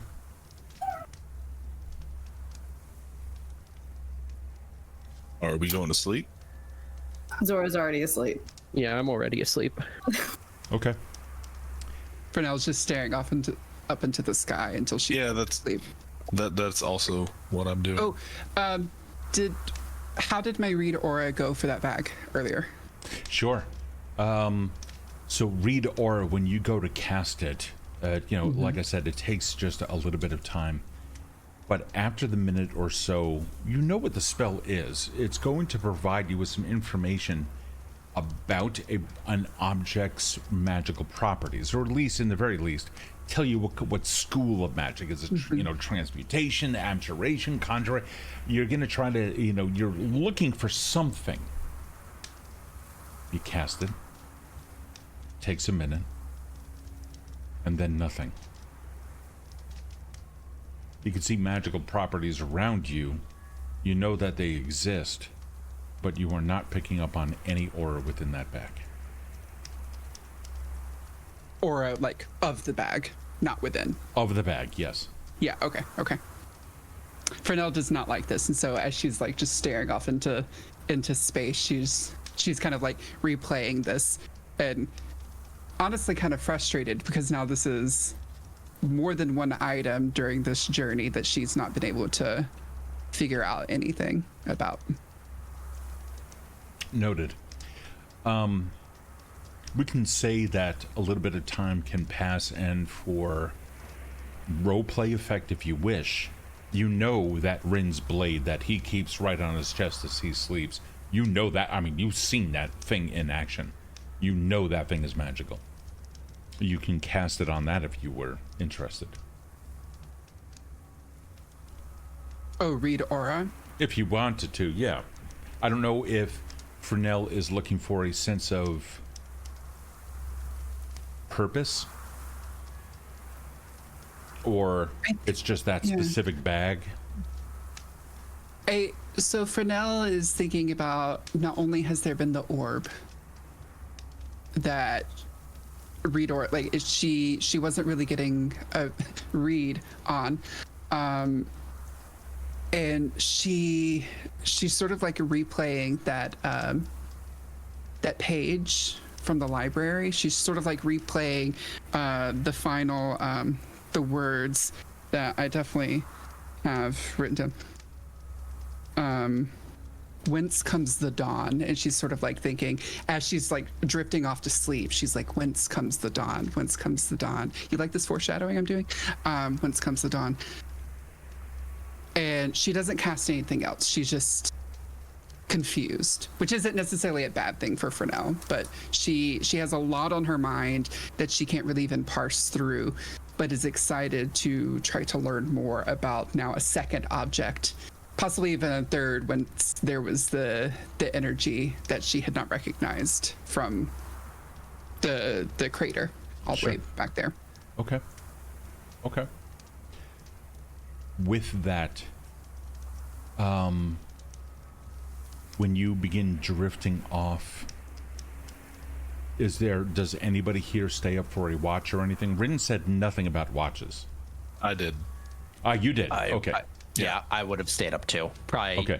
We probably would have alternated. Yeah. All right. So then, while the two of you are up, and whichever one's going to go to sleep first, if at all, have at it. You go to sleep first, Aldred. You nearly died. I'm still wired. Me too. This is your captain speaking. Go to sleep. I'll wake you in a few hours. I'll lay down, but nothing's happening.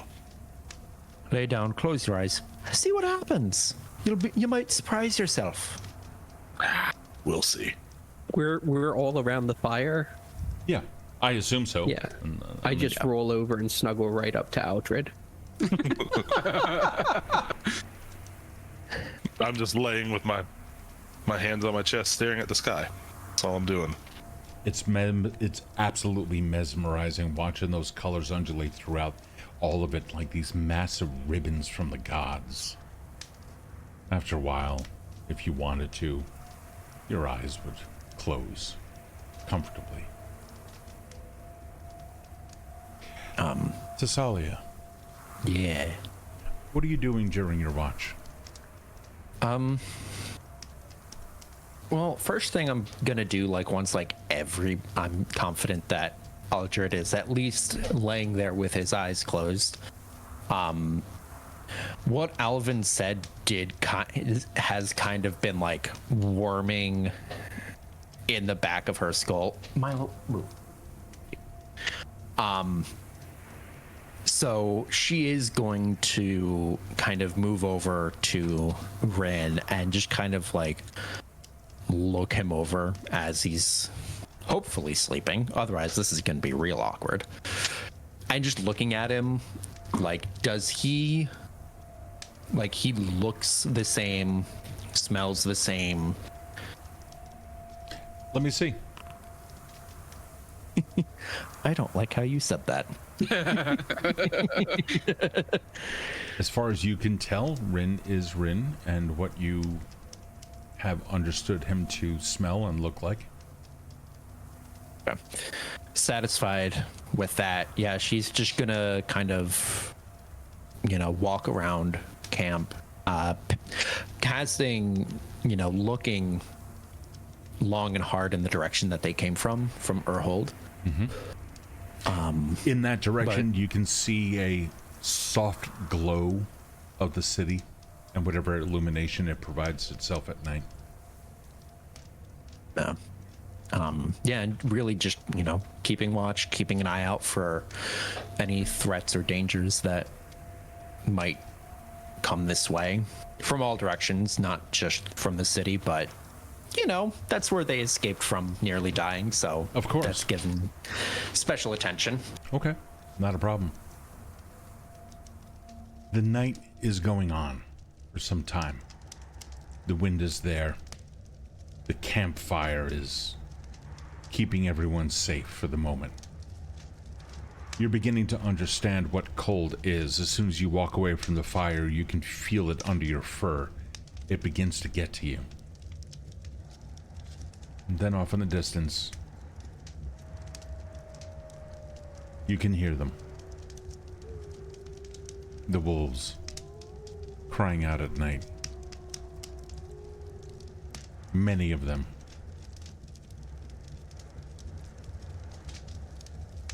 What are you doing? Am I able to determine the direction that they're coming from, or is it just all around? Give me a survival check. Okay. Oh, hey, I'm proficient in that. Yay. Or trained. Sorry. Yeah, you are 12. proficient. It's what level of proficiency? Yeah. 12. They could be quite far away. It is difficult to tell exactly. The wind is distorting sounds, and you do have hills around you that could be bouncing those howls from all over the place. Have I been awake this whole time? You tell me. I don't run your character. Well, that's what I was planning on doing. Can I do a survival check on that? Sure you can. By the way, can you guys actually hear the howls? Yeah. Yeah. Oh, good. Okay, It's good. great. There's like a shiver down my spine. I'm like, "Ooh." Okay. Yeah, I got my sound system back up, so. So I rolled a 20. Nice. Oh, yeah. You estimate they're in the hills where you guys are at the foot of. They're about, you estimate 2 miles out. And judging by the wind, they are upwind of you. And that makes it a little bit easier for that sound to reach you.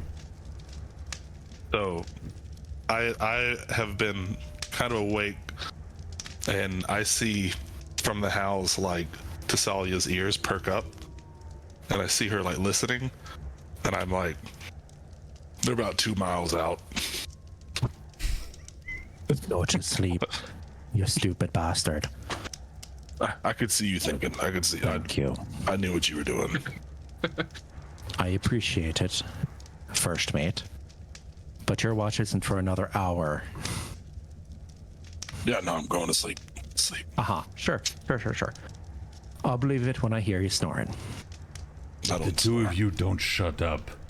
And it's like the thing, like he rolls over a little bit. Thessalia, the rest of your watch seems to be going okay. Aldred, when you take it over as well, you hear the howls. They don't seem to be getting any closer, but the fire's also beginning to die down. Thankfully, while it is a little bit of a frozen, well, it's definitely a frozen ground, and therefore it was difficult to dig into, the rocks that have been piled up around it are also providing a nice radiating warmth while also obscuring some of the light of the fire. Being something of a survivalist, you also know that you can bank coals. You don't necessarily need the light, but you can build up something of an oven that continues throughout the night to radiate some heat. Are you changing anything before you also fall asleep, and who are you going to wake up for the next watch? I am going to go ahead and do what you just suggested, bake the coals. Okay, cool. Did anyone say that they were going to take the next watch? No, that's why I'm asking you. if you're going to wake anyone up, or if you just are going to go to sleep. I'll probably just stay up the remainder of the time.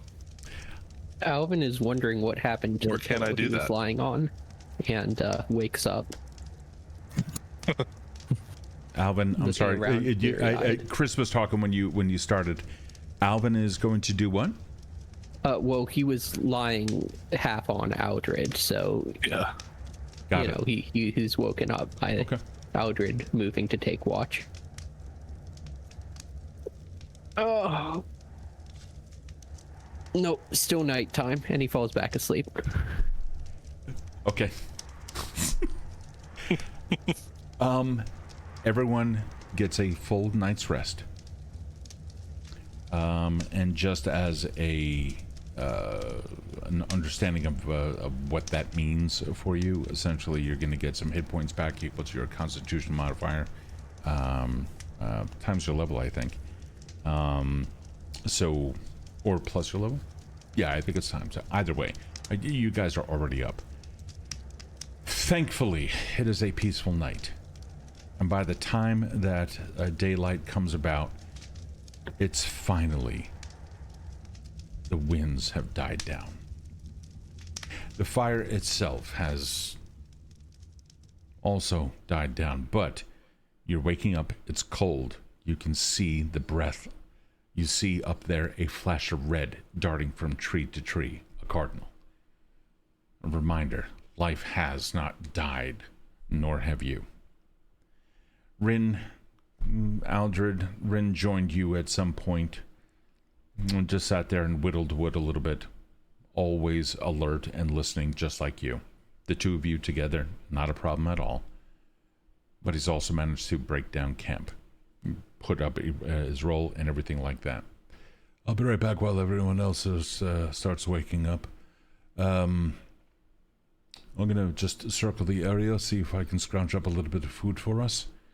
Why don't you see if you can get a quick shut-eye? All right. Go lay down, and at your whim, and whenever anybody else wishes, you start waking up. As soon as we're up, I'm like with Frenell, asking her to help me identify plants that I can use, perhaps as reagents, and talking about the finer points of alchemy and glassware. If I happen to find anything, I'll let you know.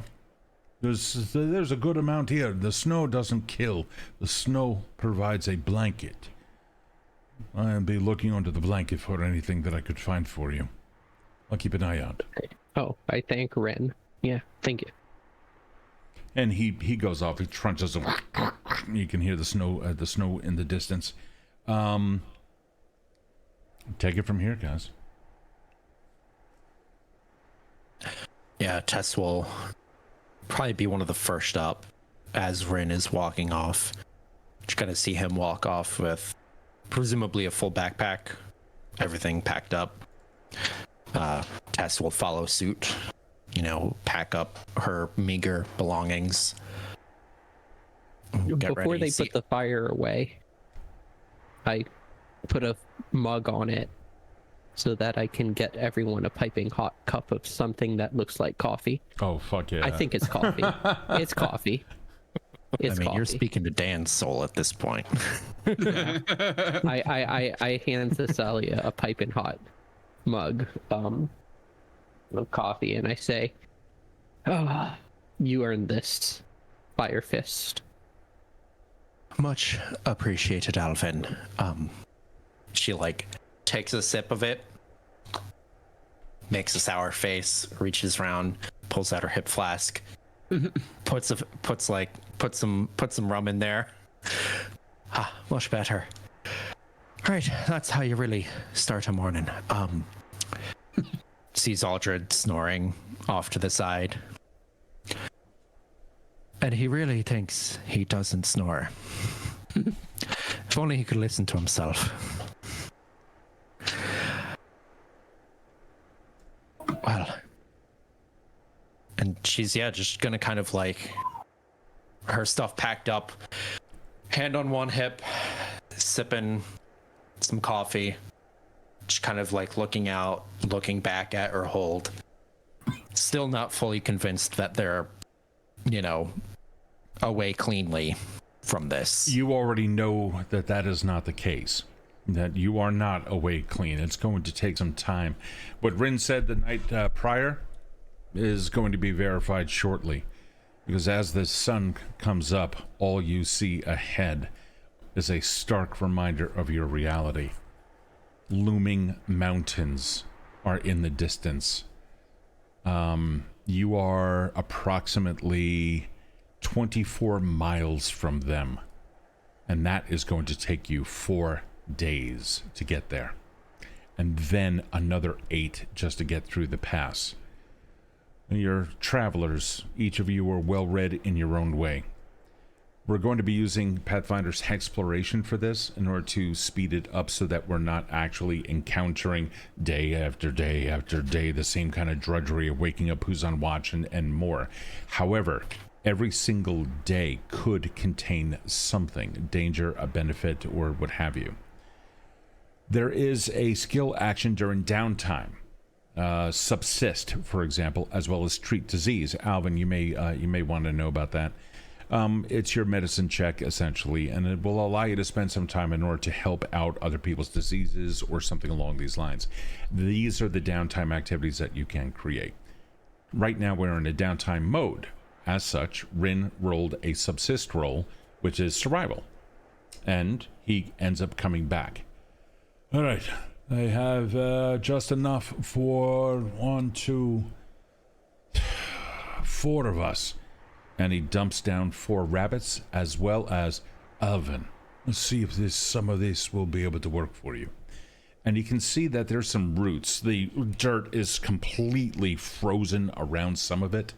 It looks like he tried scraping some off. As you can tell, you know, some of the rhizome has been like sheared off by a sharp blade. But he hands you that. He also manages to give you a couple of what seem to be crystalline mushrooms. They're not. They're pliable, just like any other mushroom, but they're actually translucent. Ice mushrooms. Here. I am shocked. I look at the root. I'm like, wow. You found Merkala root out here? And, oh man, this is good stuff. So hopefully at least you'll be able to do whatever it is that you need to do, but I still need to go back out there. I'll be back in about half hour or so. I have some more supplies that I found stocked up, but we're going to have to get going soon. So Do you need a hand? Not yet. You stay here, heat up the food, do whatever it is that you need. Break down camp though, make sure that there's no trace. Not even of the fire itself. Aldred is sleeping. Good. Zora. I'm awake. Yeah. When it's time, let's kill the fire, bury everything. Make sure it is cold. Otherwise, those coals will burn through the snow or cause the snow to melt. The snow will melt on top of it and eventually put it out, but it would also create a little bit of a divot. I'm asking you specifically because I noticed before you were covering tracks. I'm going to cover these tracks too, yeah? Sounds good. Good job out there. You all survived the night. None of you are frozen dead. Neither are you. I'm a lead ranger for the society. I think I got that way because I'm not yet dead, and that's it. So hopefully I get to stay this way. I'll be right back with some more supplies. And he turns around and goes back out, leaving you guys alone to talk. All right, you heard the ranger. Let's cook and break down. Aye. Save a rabbit for the big lad who's sleeping. I'm good on food for today. Me as well. Sorry. I could use a ration from my sack, but the rabbits the gnomes can have that. I had soup just before we left, so I'm pretty good. Okay, Karl, all back to Frenell, and another Aldred then. All right, well, we'll cook the 4th just in case somebody gets hungry on the road. Zora. Frenell gets started just like cooking, and she's just listening to sort of the conversation of just the almost like in third person. It's like, oh, we'll do that, and she just starts doing it. Yes. Zora, maybe you want to good idea for all of us. Take some coals, maybe some nearby rocks if there are any from the fire. Hold them close to our chest, wrap them under our cloaks. Help keep us warm for maybe a little bit longer. That is a brilliant idea. I'm just going to take like 3 of them right out of the fire. Just grab them. Alvin puts a few in his hat. Coals? No, I drag them out, but like roll them out and then No, I'm asking Alvin. He took coals and put a few burning coals in his hat? Yeah, I put a layer in between my head and them, but now my hat is nice and toasty. What's your hat made out of?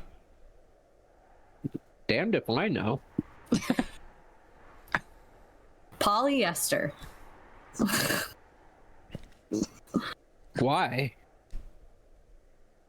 Doesn't take long before you find out that it's probably made out of felt or wool. And that burns. And there's a nice plume of smoke coming off of Alvin's head. Alvin, I don't know how to Delicious tell you rabbit. this, but there's you got a smokestack going there. It looks like your head's on fire. No. Right back at you, buddy. Zora. No, literally. Literally. Your head is on fire. Zora's gonna. Yeah.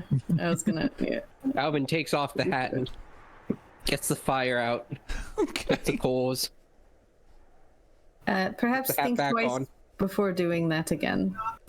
We don't want you to get hurt, but also we don't want to draw attention with the smoke.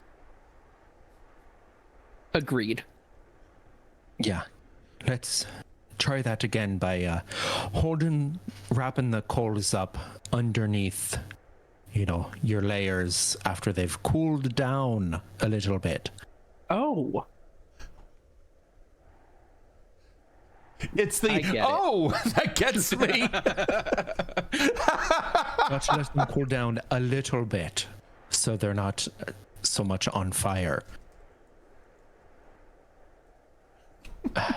Someone do that in chat, please. I'm just asking chat to roll a die for me.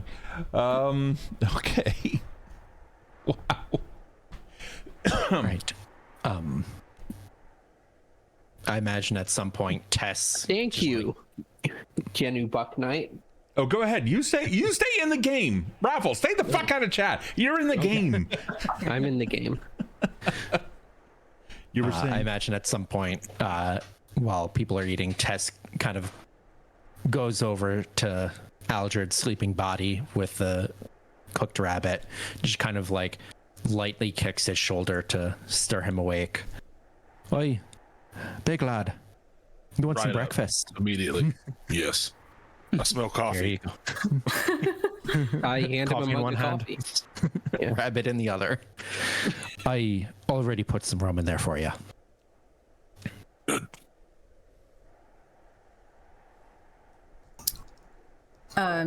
While they are finishing up cooking, Zora is going to just do a quick sense direction to gather bearings so that there's a second opinion on where they need to go. Yeah, let's just see in what you case got. they're split up. Yeah, let's see what you have. Got a sense direction survival. Oh, why is that private? I don't know.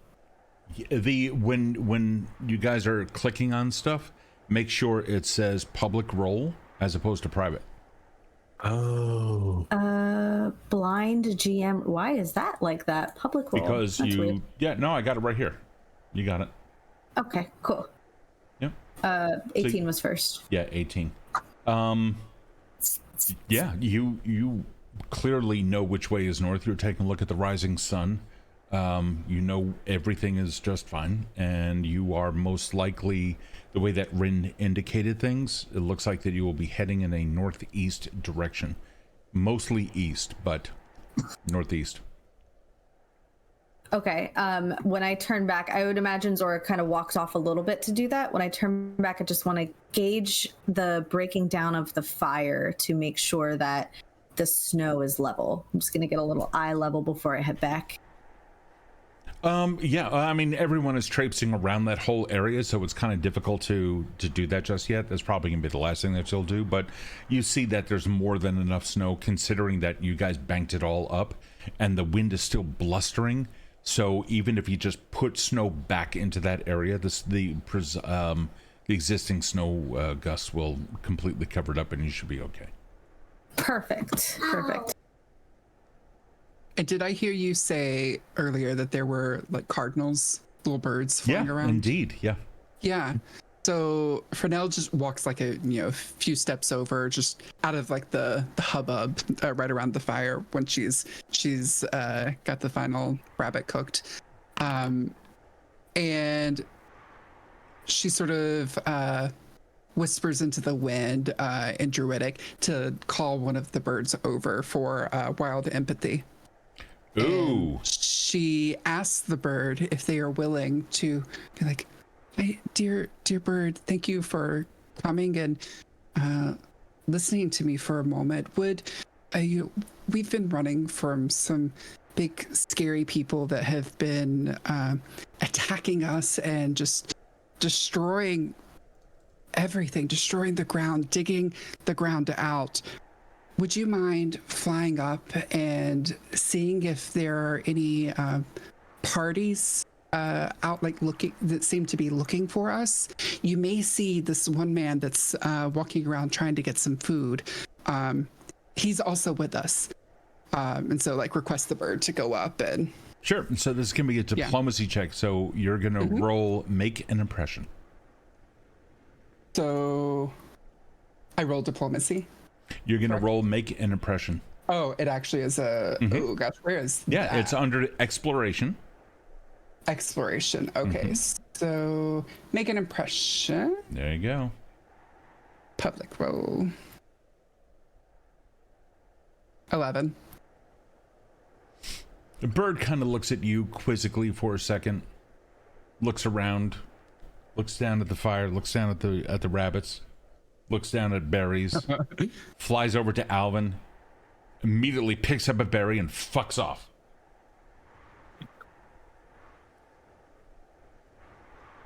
Frenell just turns and just glares at Alvin. God, what was that about? Wait a minute. What? Why were you talking to a bird? Can birds even talk? Alvin, for someone who knows so much about the world, you know so very little about the world itself. And she just like, she never even took coffee. She just had her tea. It's just a fuck off with everyone. Like, turns and like walks over towards Zora to see what she's doing. Okay. Very druidic. There is a moment about 5 minutes or so that hold on, what? Oh, okay. There's a couple minutes pass by and you see like lands right on your cup finger right here, and the bird looks at you. It's the cardinal. It came back, and you see in its beak that there's a woolen thread.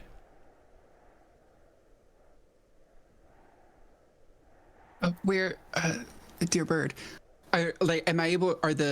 I don't know how this works. Are they able to speak back to me, or can I only speak to them? No, it is rudimentary at best. And what you're really doing is like you're really endearing to them, just as you would with anyone else. Hey, can you do me a favor, or however you choose to phrase it. It's almost like a raven or a crow, like IRL, like.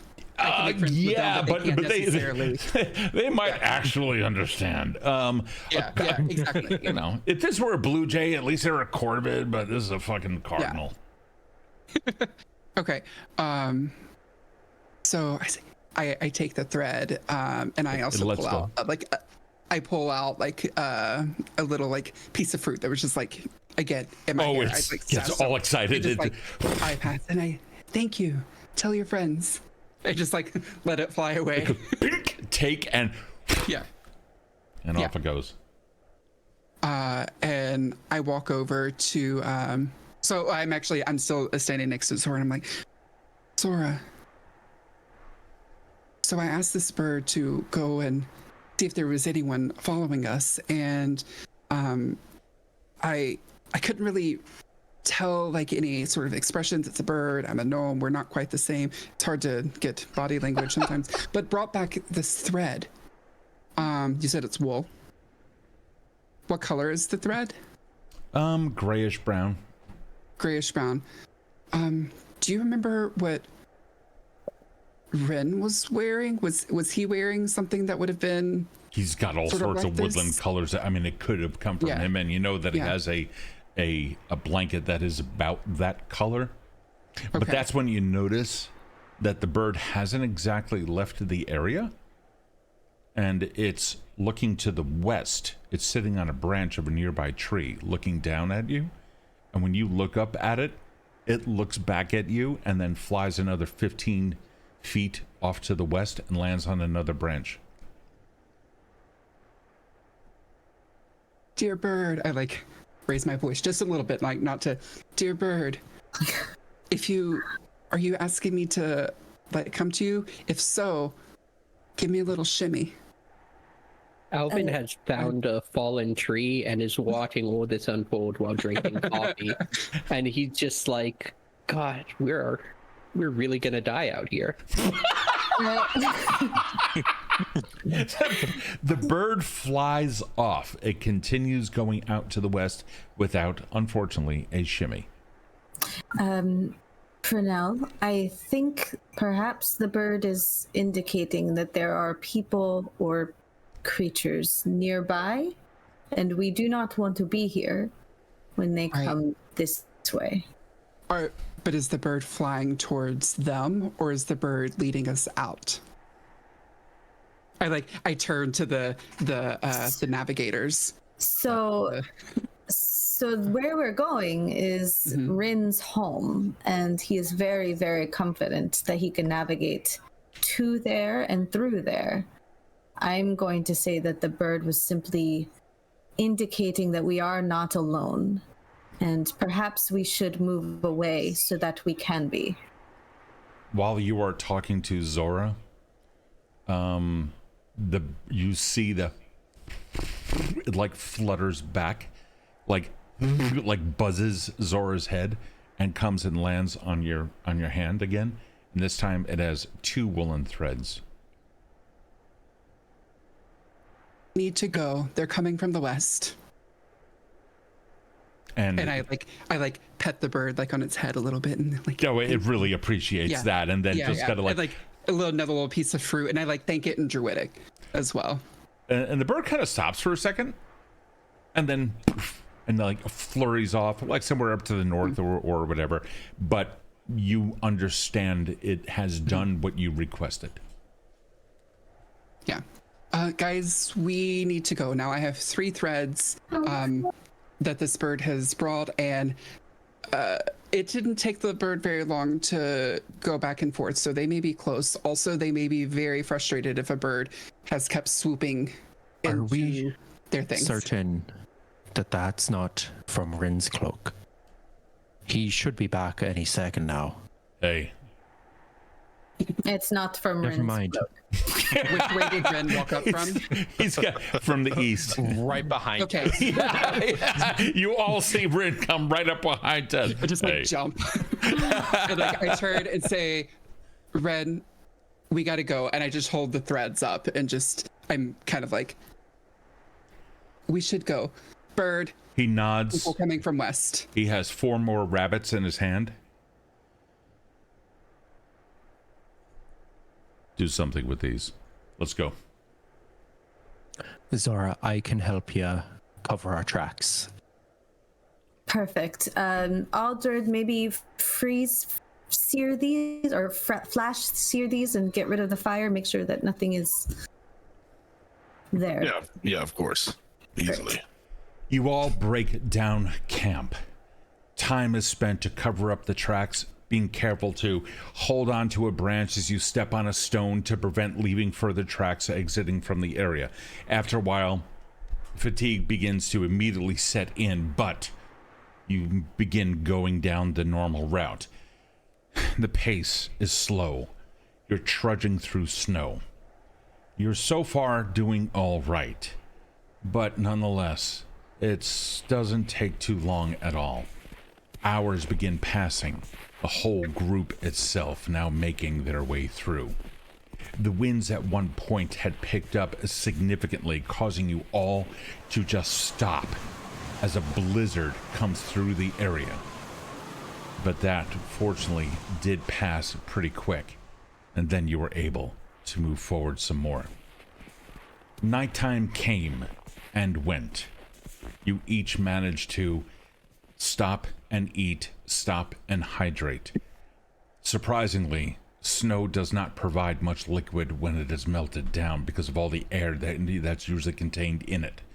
Nonetheless, you see Rin packing snow every time he passes by another bank. He'll run his water, a canteen in through it just to get a little bit more in there as time goes. At night, you always see him. He boils the water first before he drinks anything. He's extremely careful, providing you guys little hints here and there, always willing to offer some aid. That is 1 day down. Actually, I should say that is a total of 12 miles now traveled. Day 2 comes. You're now 6 miles closer, a total of 18 in total that you have now traveled. The mountains coming even closer. What is more concerning, though, perhaps to those of you that are truly care, are the drifts of snow you can see the wind carrying. Massive billows of white that just begin drifting off. We've all seen this at the peaks of mountains in photos, movies, or if you've gone mountain climbing. This is uncomfortable, but it is by the 4th day, now 24 miles out, that you begin realizing you're not heading towards any particular peak, but instead starting to go on a slow descent. The valley that lies beyond is of lower altitude, he begins to explain at one point, particularly while setting up camp and enjoying a nice soup-filled dinner. It's still frozen territory, and it's still going to take some time. Nonetheless, day 5 comes. If you guys happen to have a week's worth of rations on your character sheet, you can begin taking some of this stuff off. However, he is providing, very often spending the majority of his time out and hunting. I'm sure Tess every now and then helps out, or Aldred will help out, or what have you. However, the feeling of weight loss can't be ignored. You guys are walking a lot, and the clothing gets damp around the fire that only enhances the cold, and so techniques to survive are being given. However, the lack of prep to Alvin's earlier point is also begun to be noticed.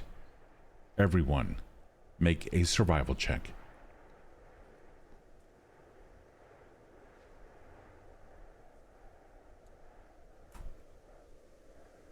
Oh, I got a 5.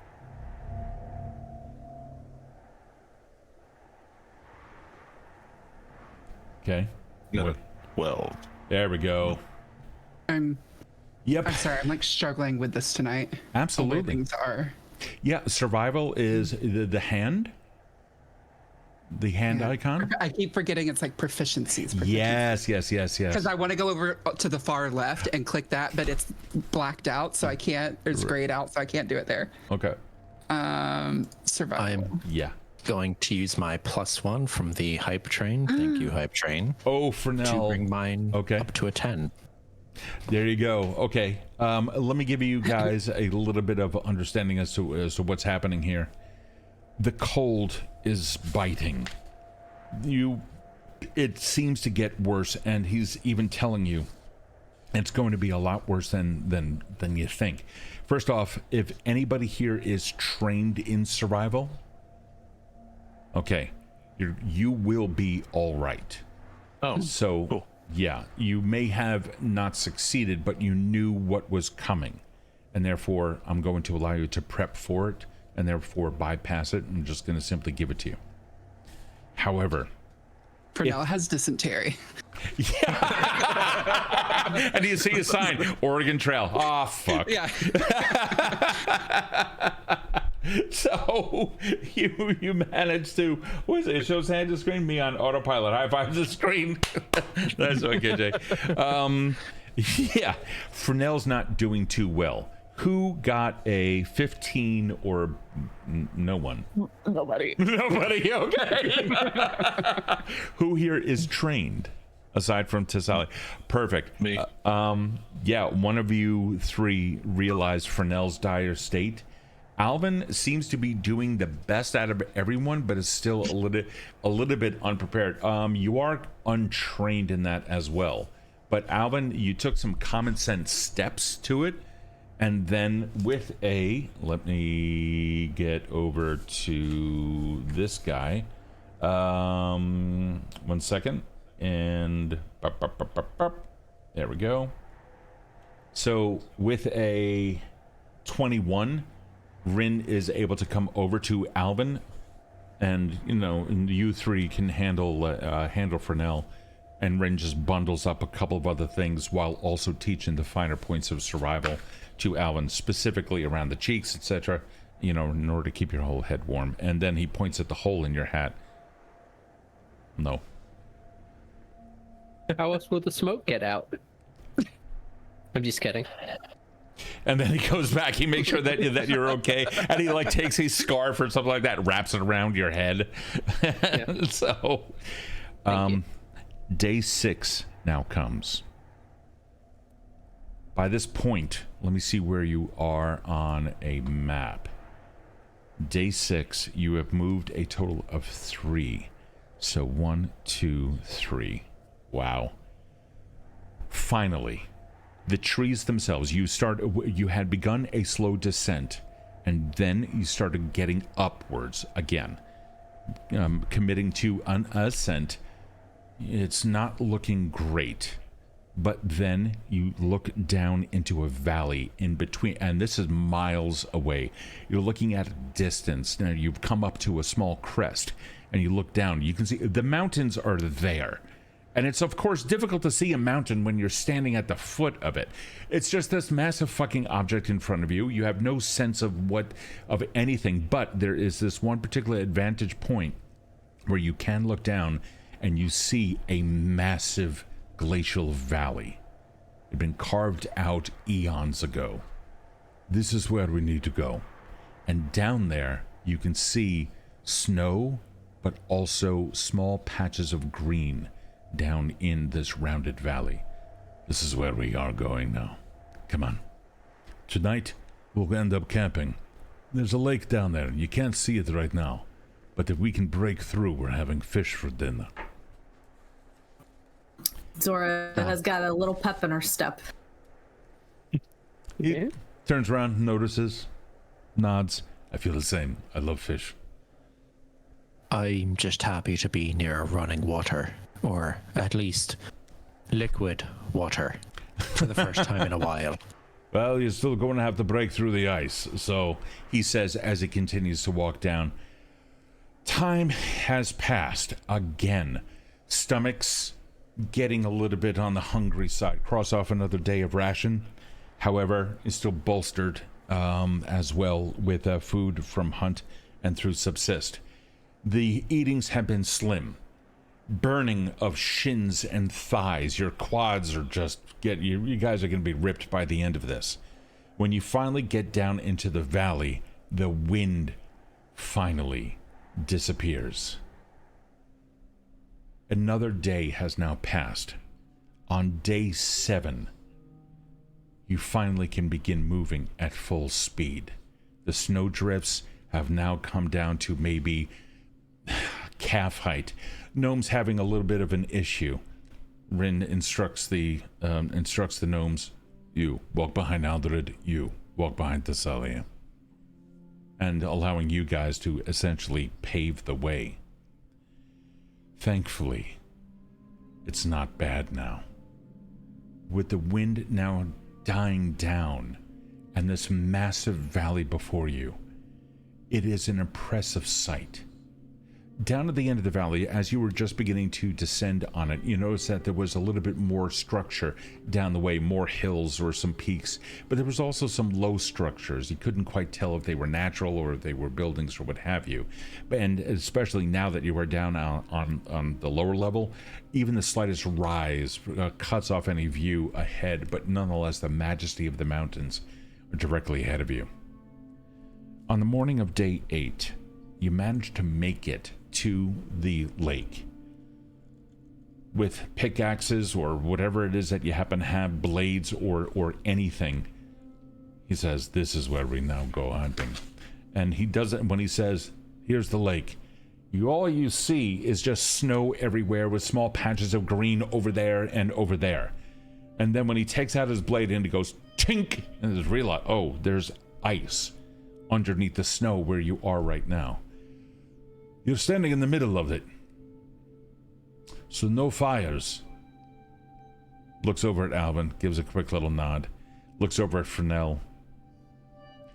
Except for you. You can control it. Here, my blade. Heat it up.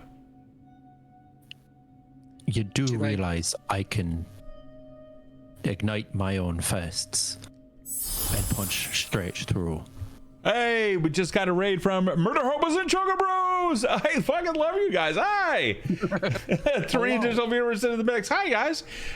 We are in Hexploration mode at Pathfinder 2E, so we're getting through some stuff. I saw you do that to the necromancer's head. That would be handy. In the meantime, when he holds out the blade, he's talking to Thessalia while Frenell's like cooking his sword. He just he slowly puts some weight on it while talking to Thessalia about burning physical. You're gonna have to show me how to do this one day. And then he just picks it back up. Frenell, another please, if you can. And you do it again until finally a small hole is finally cut out. It does take a little bit of time, and he apologizes for not having a proper auger, but nonetheless. You guys end up capping out for the day. It's setting up right here on the ice. And sure enough, hopefully anyway, maybe, he'll be able to subsist and get some food. Now, if you guys would also like to do that, you can do that under your actions and go into downtime. Actions is the geometric symbol. That's your action symbol. And then just simply roll your survival or society, whichever one is better for you. And that will tell you whether or not we managed to do it. Zora 20. gets Zora. Yeah. Using fibers from clothing and stuff like this or whatever it is, he happens to have enough fishing line. He also hands it out and fetching sticks from some low-lying pines where that have already dropped their branches. Though he says you want the green ones. This way they bend. And he shows you how to make it and how to fish out in the wild, showing you guys everything between Zora. Holy cow. What was the check we were supposed to roll? I missed one. Sure, it's subsist. If you click on actions and then go over to downtime, yeah, you'll see your subsist over there. Okay. Between Rin, Zora, and Thessalia, and Frenell. Frenell has been invigorated because Ren was like, hey, you're useful. She's just like new pep in her step. And Aldred as well. All of you have done exceptionally well, and you guys end up pulling out by the end of the day, arms are hurting and everything like that, but there's a little bit of jovialness now in the air of the party. And so when a campfire is set, he takes you back off of the lake, sets up camp. We're talking spit of fish, roasted fish, which is not, he's essentially setting up a fish fry. He takes out some spices from his backpack and kind of rubs it into the freshly scaled fish. And you even see him at one point, he takes out, here, watch this thing. And he reaches into his pack and he pulls out a bulky item. It's like some sort of really thin metal, but it has grating marks and everything like that. And he goes, hey, watch this. And then he grabs a stick and puts it right in there and just, here you go. It's a cage. So you fry your fish in here. This way fish doesn't fall into fire. You know how many times I've lost my fish doing this? And by that end of the night, bellies are full. You guys are good. Because of that, you'll get a little bit of bonus to tomorrow's journey and being able to move a little bit further on. And in fact, that is exactly what happens. You cover a little bit more ground. In fact, you cover the majority of the valley. It's now at the end of day 9, and you've come across something. When I had said that there was something down at the end of the valley, you finally begin to approach, and still quite some way away, you see a circle of towering, jagged stones that jut out from the icy ground. And you can tell you still have more mountains that you now need to go through. It's arranged in a peculiar pattern. If anybody wishes, give me any kind of a lore check that you feel, but let me know what it is that you're rolling.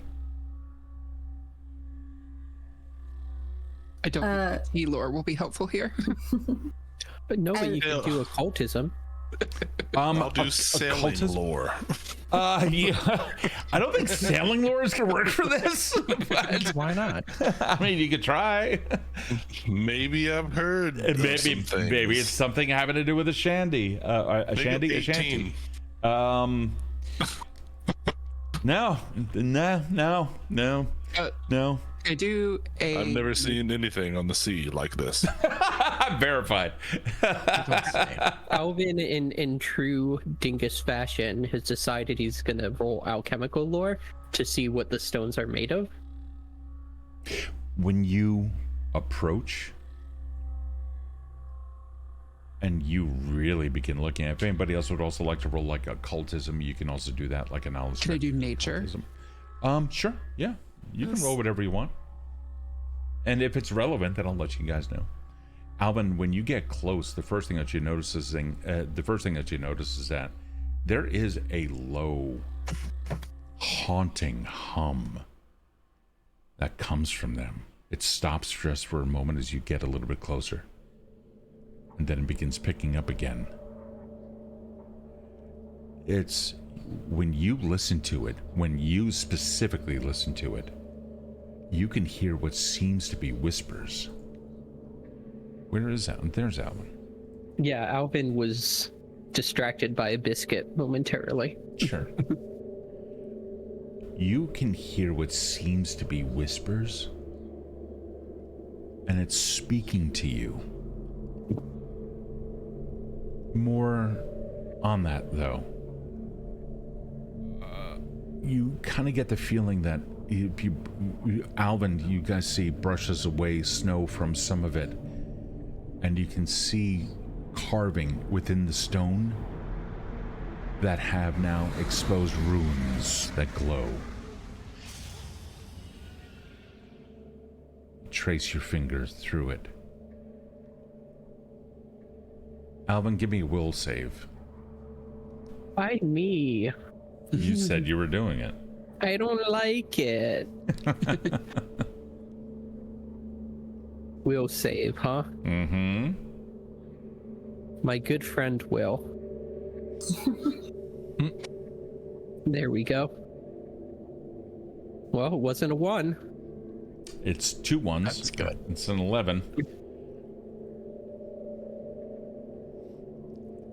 So, Alvin, we're going to leave you for a quick moment, and we're going to go back to the rest of the party. Zora, Thessalia, Aldred, and Frenell. It doesn't take too long before you all begin to realize that Alvin is completely entranced by this.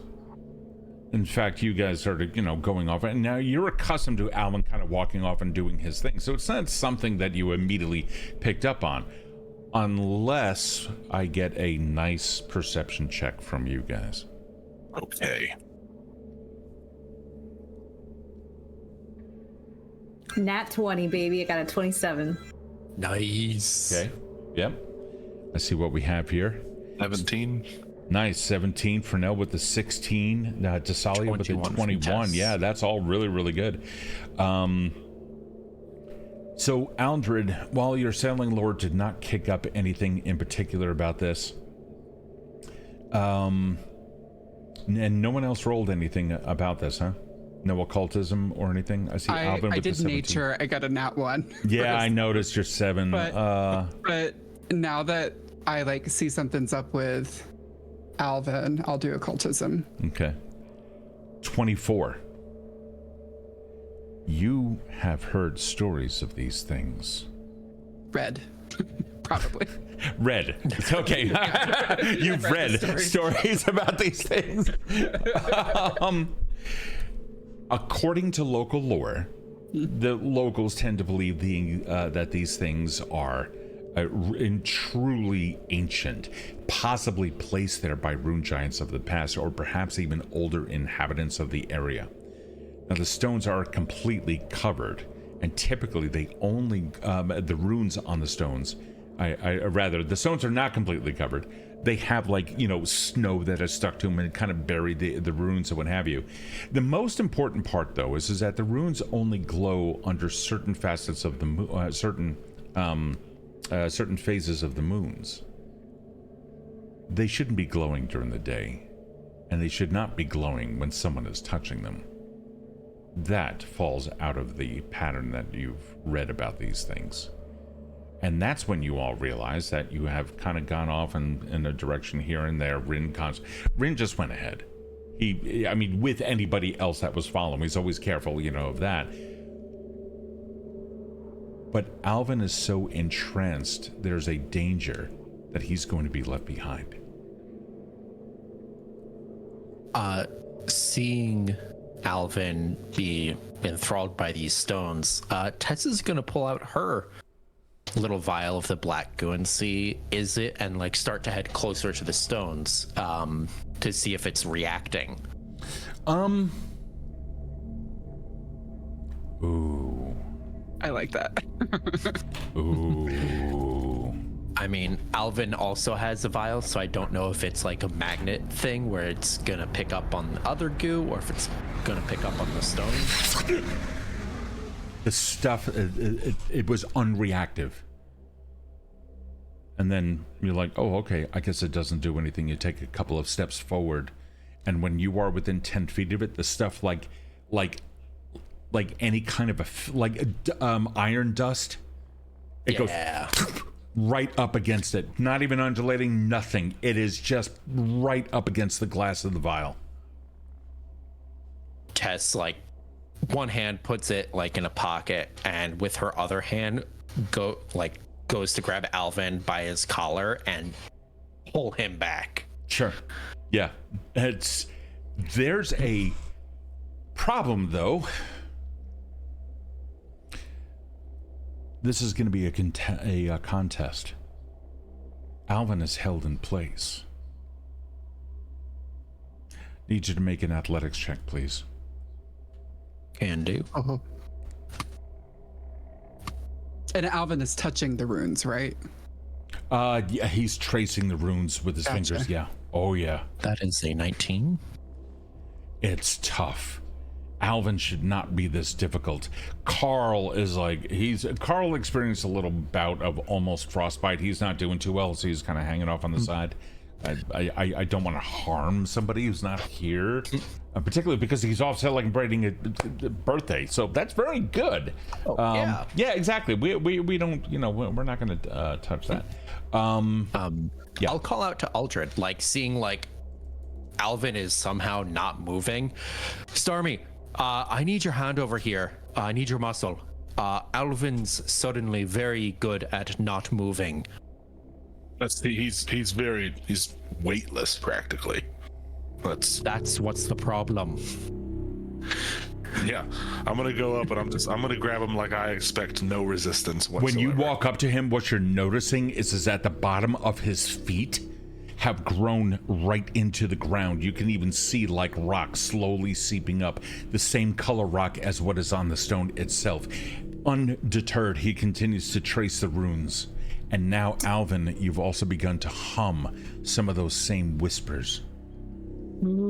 Does Alvin's enthrallment of that look like the same enthrallment of the thing, of the crystal thing? Of the thing from the cave? No. Like, is it the same? Oh, okay. No, he's completely ignoring the rest of all things around him. Okay. They were, enthralled by it, but they were not oblivious to their surroundings. He is. And can I instead try to pull his hand from the rune? That depends. Give me an athletics check. Frenell sees it happening. Be careful, don't touch the rune. Well, damn it. So you go to grab his hand, and he's very casually tracing it. And it seems like his muscles are not tense at all, and yet it's almost as if you don't exist. Your hand locks onto him, but it's like you're trying to control a a bulldozer has just lifted its bucket, and you're trying to prevent it from doing that. Rin is looking at it. He's already drawn his sword, and he's trying to get a really good understanding of what's going on. If we have to cut off his hand, we will. Try to place your blade between his finger and the rock first. No. Wait, No. Just No. we may not have to. Everyone grab him by the waist and pull. And Rin is just like, he's getting a little bit concerned about this. Thessalia, Aldred, Zora, what are you doing? I was gonna grab the thing from the canvas and unwrap it and stick it in front of his face to see if it distracted him. Oh. That's in Rin's bag, isn't it? Yeah. Rin As is he was currently grabbing Alvin, so he's a little distracted. He is a little bit Alvin, a distracted, robe. but it is an object. Yeah. it's a You could try the robe. palm. It's like this large. Palm. I mean, palm by like palm a basketball, sure, that kind. But we're not talking magic tricks here. When you all get closer, that's when you really start hearing. Not that you sure as fuck don't hear that. I was like, what the You don't hear that. And we fight. Like, what the fuck is that? Hold on. Let's get this. Okay, this is a little bit better. When you get closer, you can almost hear as he traces it these whispers that are coming from somewhere from beyond. And now the runes themselves, instead of just carved into stone, they have taken on a much more three-dimensional appearance, as if it were to mirror the night sky itself in there. Everyone make an athletics check if you're assisting. If you're assisting on the physical action of pulling Alvin off. 17. Yep. Ooh. I'm going to use my hero point to re-roll that. Oh, yeah, Thessalia, go ahead. Dirty 20. That's good. All right. Not bad. That's a little bit better. Can make an athletics check for him as well. Okay, that's a 19. So we have, let's see. Alvin, his finger goes into the rock a little bit when you feel that pulse. And it's almost like now he's beginning to edge his hand off to the side so it fits into the rune itself. That's what that pulse was. I see Aldred, 19, 20, Zora, you're not getting a good grip. Thessalia, you already re-rolled. Aldred, and that's your 17, right? Mm-hmm. That will succeed. The three, the four of you managed to grab on, and with a huge pull, and when his hand starts coming out of the rock, you could see like tendrils of reality extending off of his fingertips and going directly into the rock, and it's like stretching out until finally all four of you fall back on your ass. Alvin, you wake up. That is not alchemical at all.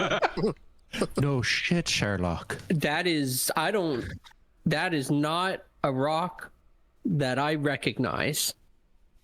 Alvin, Yes? I know you're insanely curious about the world around you, but you really need to take better care of just wandering off and touching random shite without at least consulting one of us.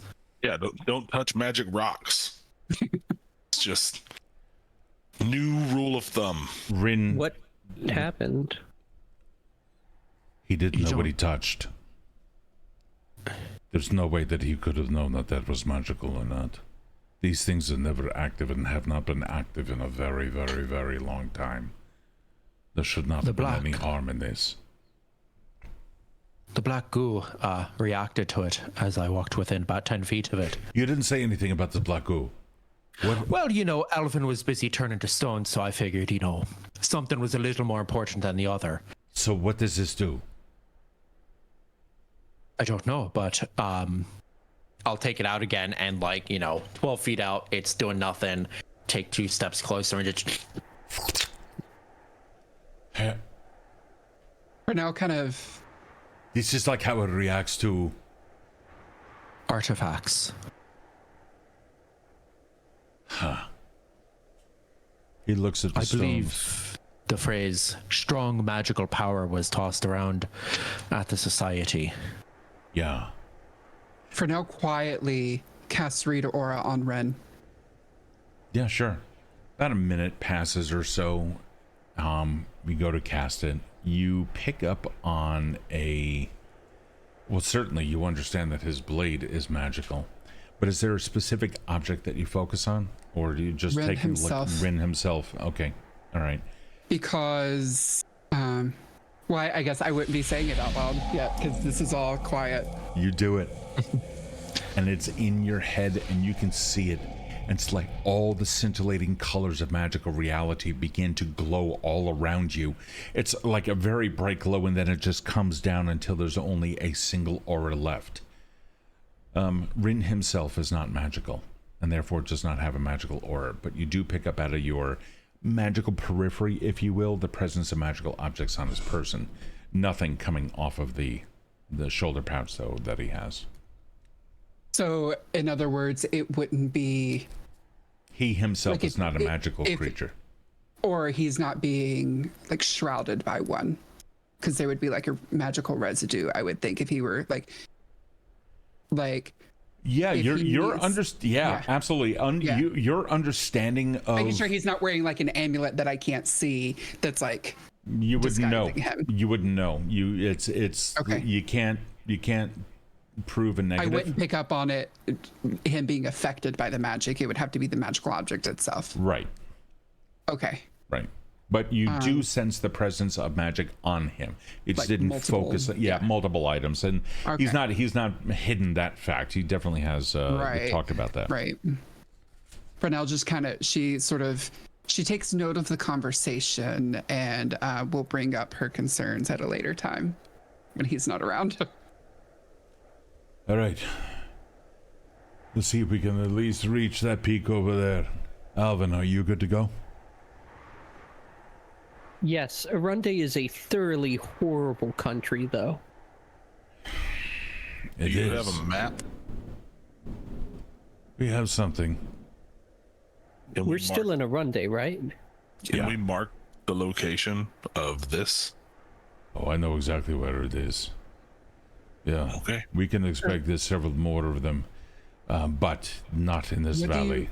What do you know about this, Ren? These are ancient. They precede anything else. This is always some kind of culture that pre-existed the giants that ended up taking over. We think it had something to do with navigation, but what kind of navigation, I'm not able to tell you.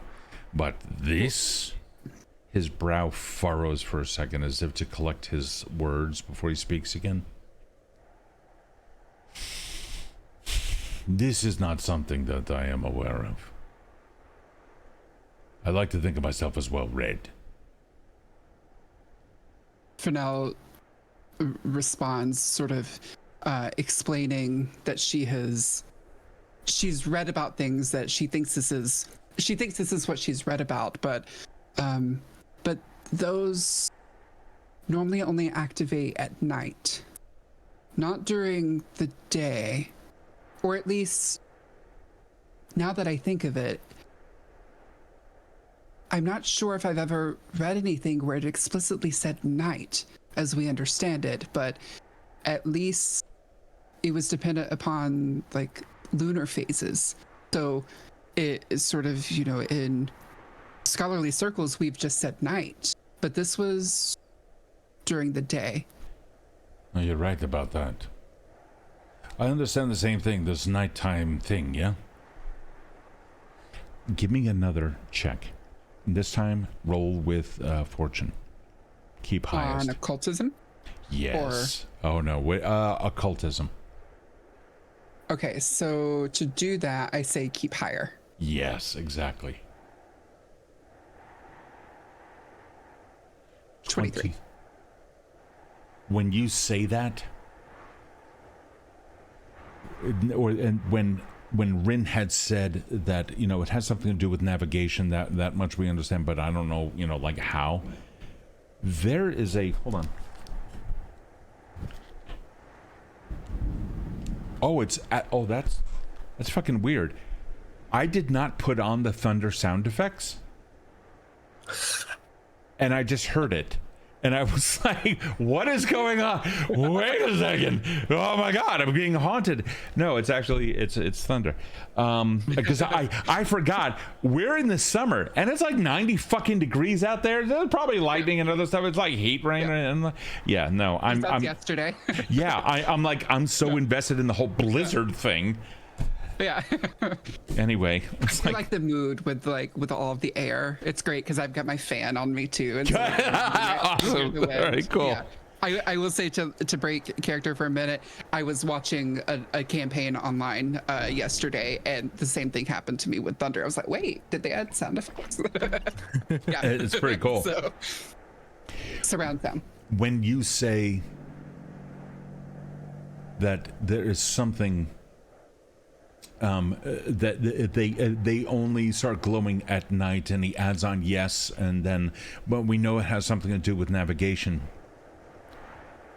When you saw Alvin's hands touch the runes and you witnessed a slow progression towards a deepening, and then that deepening gave way to darkness, and then you saw what appeared to be like a star field beyond, and then he started reaching in. I mean, I think at this point you can begin putting two and two together. There's something about navigation and travel.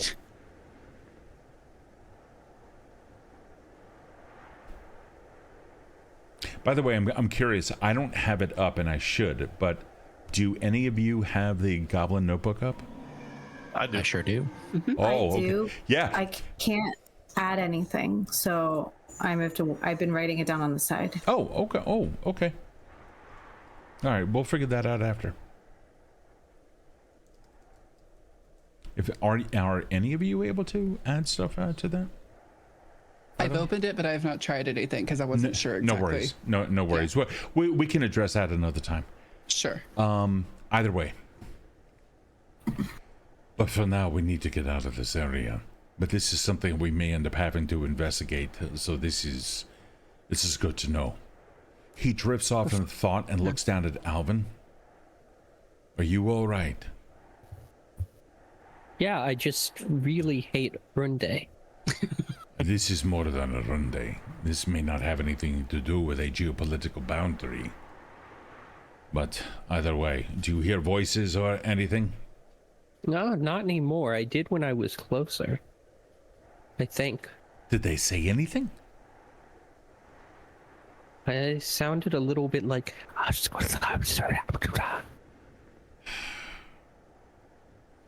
All right. Do we have any artists among us? Take a drawing of this whole place. As Zora was the only one I think that has ever drawn anything in the group, I'll take a stab at it, and it's just a bunch of stick figures in the middle, and then like Alvin's got a frowny face, and everybody else has a shocked face, and I did my best. It's not great, but this is good. At least we'll have it. Aldred, you're right. He stops for a second, takes off his backpack, reaches in, grabs a like a rolled up map. This is it's a map of the area, concentrating more of where it is that you guys are going. It is a piece of cloth. By the way, you heard some sort of a howl coming down out of the mountains. Oh, great. It looks like a piece of cloth that has been thoroughly waxed. Snow falls on it, it melts, the water beads and comes down off of it. You, in the sailing industry, certainly know what this is. This is just a proper way to do it. He then takes like a dagger and scrapes off some of the wax in that area, damaging the fabric, but he doesn't have any markers or anything, so he's like, poke where this is where it is. He rolls it back up, puts it in his backpack, puts out all that back on. We need to keep moving. We're almost through. Another several days and we'll be all right. We have enough fish and bellies are still full. We can make camp for the night. But we have to be careful. We're not the only ones here. No one else touch anything magical, please, without checking in first. Well, I don't Sort of as a reminder think- before we leave. Alvin knew it was strictly magical until after the fact. But I think the broader point is, don't go wandering off alone without telling somebody where you're going or bringing a buddy along with you. By the time the night falls, it's welcome.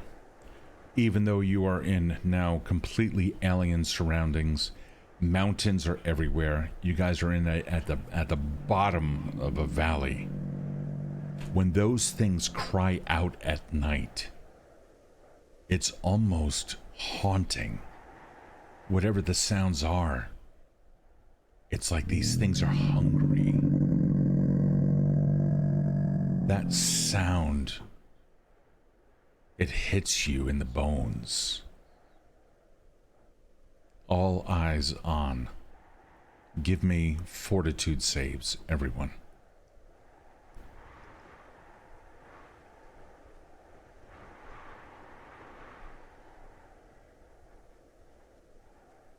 Nat. Nice. Frenell, all right. You For now, hear can it kind of like again. see in the dark though right now, so she's a little less scared, I think. She's like, I'm good. Yeah. Let me see. Wow. Already. Aldred. When you feel it and you hear it and it seeps inside of you, it almost sounds a little bit like it really is hungry. That is the sound of a hungry beast. That is the sound of something that is most likely going to eat someone small. Frenell, unworried, Oh, okay. looking around. Alvin. Drinking her tea. Yeah. Alvin, and then you guys can react to this in a second. I'm just letting you know but the types of thoughts that are creeping up into your head. Alvin, you find a strange comfort. Whatever these things are, you somehow realize, or think perhaps, you know what they are. They are dangerous, but they are calling out for you. Thessalia, you understand very clearly, whatever that is going to kill everyone here.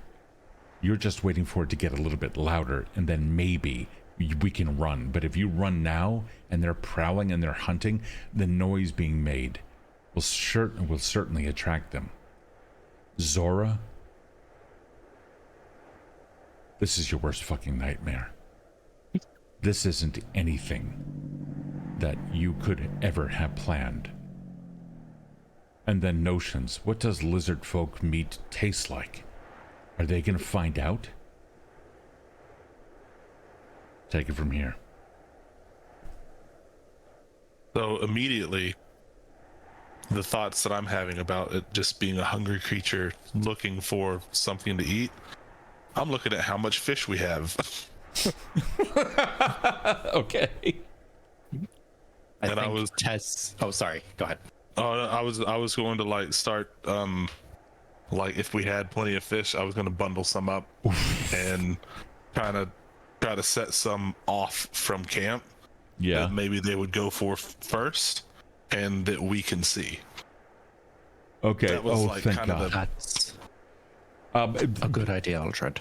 Rin, Oh, sorry. Rin just spent his hero point. Typically, NPCs don't get hero points. No, everyone's equal here. Monsters have fucking hero points. He had to spend his hero point because otherwise he'd be deep in the shit too. Sorry, I didn't mean to interrupt. Please, Rin no, is you're looking okay. He's just concerned. Yeah. Yeah, Tess sees what Aldred's doing. And as he comes back from dropping the bundle of fish off, she's like, I don't think that's going to be enough to deter it. I know, but we have to see it. We have to know whenever it's close. It's gonna go for something easy We have first. to go. Do we don't need to know that at all. I think you led them right directly to us. That was you are a big, They were strong coming- creature. That was a very weak throw. That was very close. That was too I close. grabbed Zora's hand. Just hold it. Zora, It's gonna be okay. We Alvin got is it. making fire bombs on the off chance he can cook one from the inside out.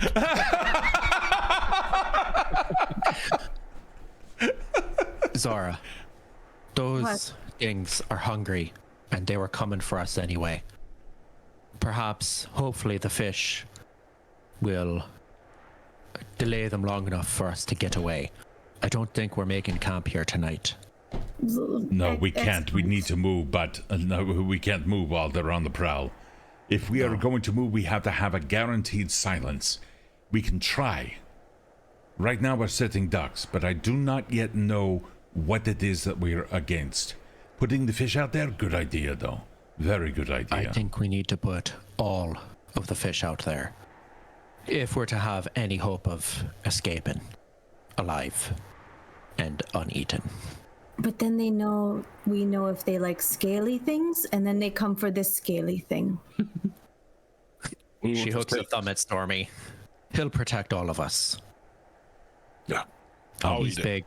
He's honestly way more meat than all of us combined, so they'll eat him first. It's true. Something moves right past all of you. You look down at the snow. There's no tracks. But you know something just passed by.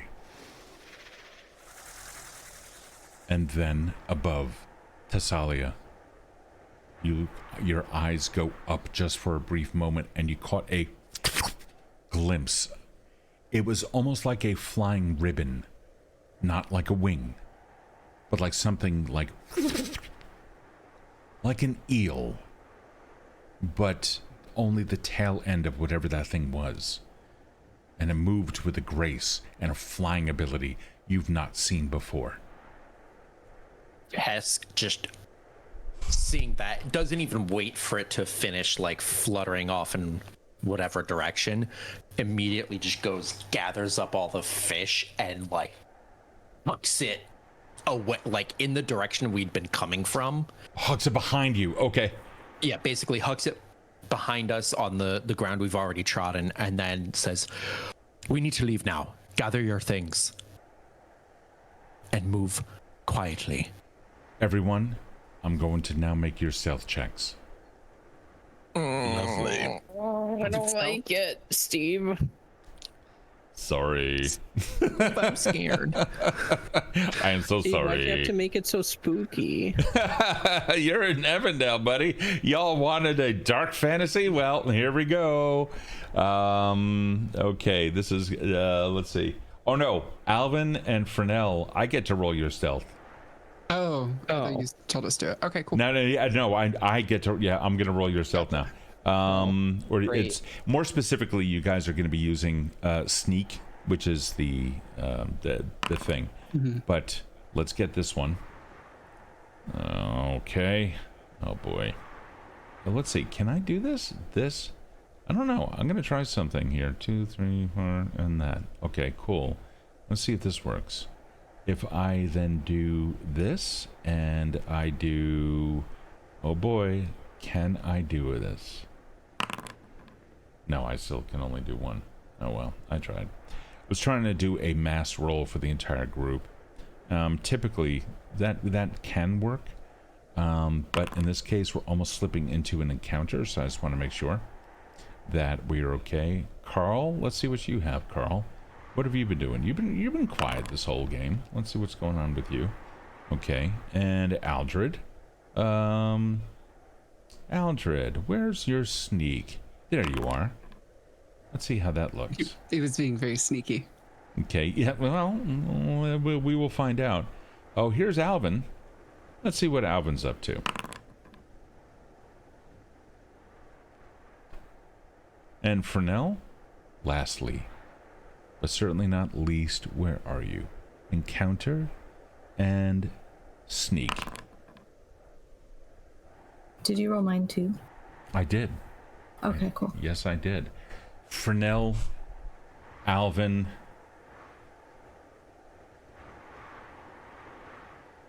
All right. And now I will roll one perception of theirs.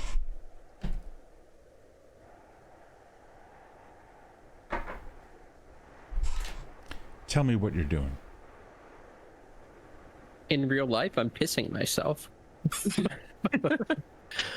Jesus. In the game, Alvin is also pissing himself. No, in the game, Alvin is a fucking statue. He's Oh, that's right. Yeah, no, I forgot what your reaction was. yeah. No, Alvin has great bladder control. Tess is basically trying to take up the rear of whatever marching order we have for this, and is like doing people like, "Let's put things. We need to go now." Rin gets down real low, moving at half speed. He starts moving forward. With every single pulse that you're getting, you're not feeling a reverberation in the ground. You feel it here. It seems to hit you right into the bones. You can feel it compress against your skin like it's actually pushing through you. And every time it does, that wave gets you. It's almost like a deep bass sound, but it's not actually a sound. It's something so much worse. You've moved a total of 10 feet or so, and then something moves off from the right over to the left, immediately behind you. And then out there, again. They begin moving in. You can feel it as you begin going forward. Something that's almost like it's calling them. As if that pounding would be the equivalent of someone smashing their staff against the ground, trying to get the attention of others. Well, certainly, they are around you. The question is whether or not they can see you. When I have a serene mutagen, and I would like to divvy it up a little bit to everyone. I know it lasts a minute, but if I give everyone a fifth, well, a sixth, would they get 10 seconds of not being super afraid? Unfortunately not. In order for anything to happen, the entire mutagen must be drunk. Okay. Well, then I'm gonna save it for if I start panicking. Duly noted. Or someone else starts panicking. But it'll probably be me. When the next thing occurs, which of you, if any of you, turn around to look? Tess. Oh, Yeah, I definitely. I would too. What you see is a series of ribbons floating through air, all attached to a body. Stumpy legs, almost like elephant trunks, 4 of them coming off of an oblong-like body. The ribbons themselves are moving independent of any kind of a wind, and instead, like reaching out to things that simply can't be seen. When it cries out again, you see something come from underneath it. It begins to consume some of the fish. And then, one of you steps on a twig. Immediately, run! Boom! Rin starts going, and he's like, go, go, go! Right past you. Running. Yep, I'm running. We're going. If it was within 20 feet, can I throw a firebomb at it before we run? You are so fucking terrified. Yours was a crit fail. Oh, You are terrified. that You're makes fight or sense. flight. Yeah. yeah, then it's definitely flight for me. Okay. Yeah. You guys. I've never run faster in my life. Not a problem. You guys immediately start picking up pace and start going out there a little bit. Start moving faster and faster and faster. There comes a point there where there is a rock that is directly ahead of you. You start going around it. I need athletic checks from everyone. The faster you can do it, the greater the chance of success. Oh, shit. Aldred, you end up falling down flat on your face. Down in the snow, you feel here they come. Alvin, you start scrambling. You feel your feet trying to move faster than the traction of your boots will allow, and you also end up sliding, but you start scraping back down. A hand comes down and grabs you. Rin stayed behind, making sure everyone else passed. Let me just make sure that he can actually aid. No, fucking Rin falls down. He rolls a 1+. I mean, it's a skill check, so there's no nat 1 failure type of thing. Either way, he reaches down and tries grabbing you, Alvin. You feel yourself stop, but it is against Rin's fallen body. Taking a look here. I've got a 22. Yep, I see Zora has a 23. Zora, you're able to continue. You do fairly well at this. You have a good footing. Claws are biting into rock, and you manage to skate around. You can take any other action that you wish. Frenell, I'd like to pull on Rin. He's in the back. You're gonna have to go back to the back of the party. I'm gonna finish describing everyone else's here, and then you guys can all take your actions. Frenell, it's a little bit precarious, but you do manage to grab onto something here. You find a root or something, or a plant. You manage to grab onto that and start getting your way up. You are able to move at normal speed. Thessalia, likewise, same thing with you and Zora. Aldred, however, fell flat down on the ground. Aldred, what you saw was horrific, and there are many of them out there. When you fell down on the ground, let's just say for a second you happen to roll over on your back, and you start seeing shadowy figures that you thought were like cracks and crevices in the craggy rock all around you. No, it's them. Fantastic. What are you guys doing? Tess is definitely, she was trying to hold up the rear, probably got up, turned around, nobody else is back there, looks down, everybody else is down there. We got some people down over back here. I need help bringing them back up. And she's gonna hop down and start yank. Yep, Thessalia and Zora. Yeah, which of you is handling Aldred? We both probably should at the same time because he's big. Yeah, and he's right there in front of you. He was third in line. He just happened to fall. Okay, the two of you, give me 2 athletic checks. And then Aldred, go ahead and roll another. Oof. Oh. Thessalia. 9. Yep, you end up... Thessalia and Zora. Not good. The two of you end up slipping and falling down on the ground. Aldred, they... unfortunately for them, provided you with something to grab onto. You managed to right yourself up, but now those two have fallen down on the ground. I try to catch their balance, with. You're gonna need a much better check than that. And you, the crew here, the hype train only. Yeah, the hype train gave you a single urchin. Do you have a hero point? Do I get a hero point at the start of every game? Yes. Everyone always starts off a game with 1, and sometimes during the game you may also earn it. Yeah, I'll roll hero point. Pedigree Apple. I see your name. Also, pedigree. Hi. It cries out yet again. I see that you tried to roll. Unfortunately, there's not a grip to be had.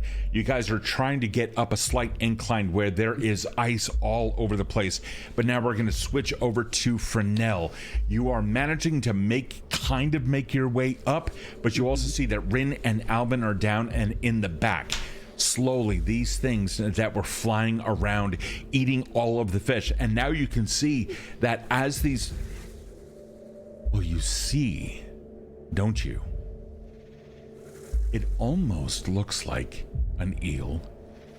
If the tail were made of a ever-thinning pennon.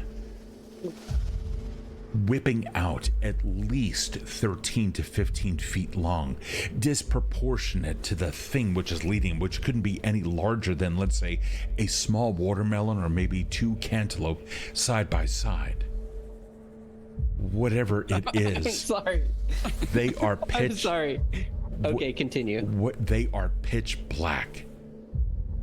And as they all move, it's almost as like they are moving and are somehow as windows to that star field from beyond. You don't see their shapes, you see their silhouettes, and their silhouettes are giving you a view of what lies over there. What are you doing? You're the only person right now that's on foot. Right.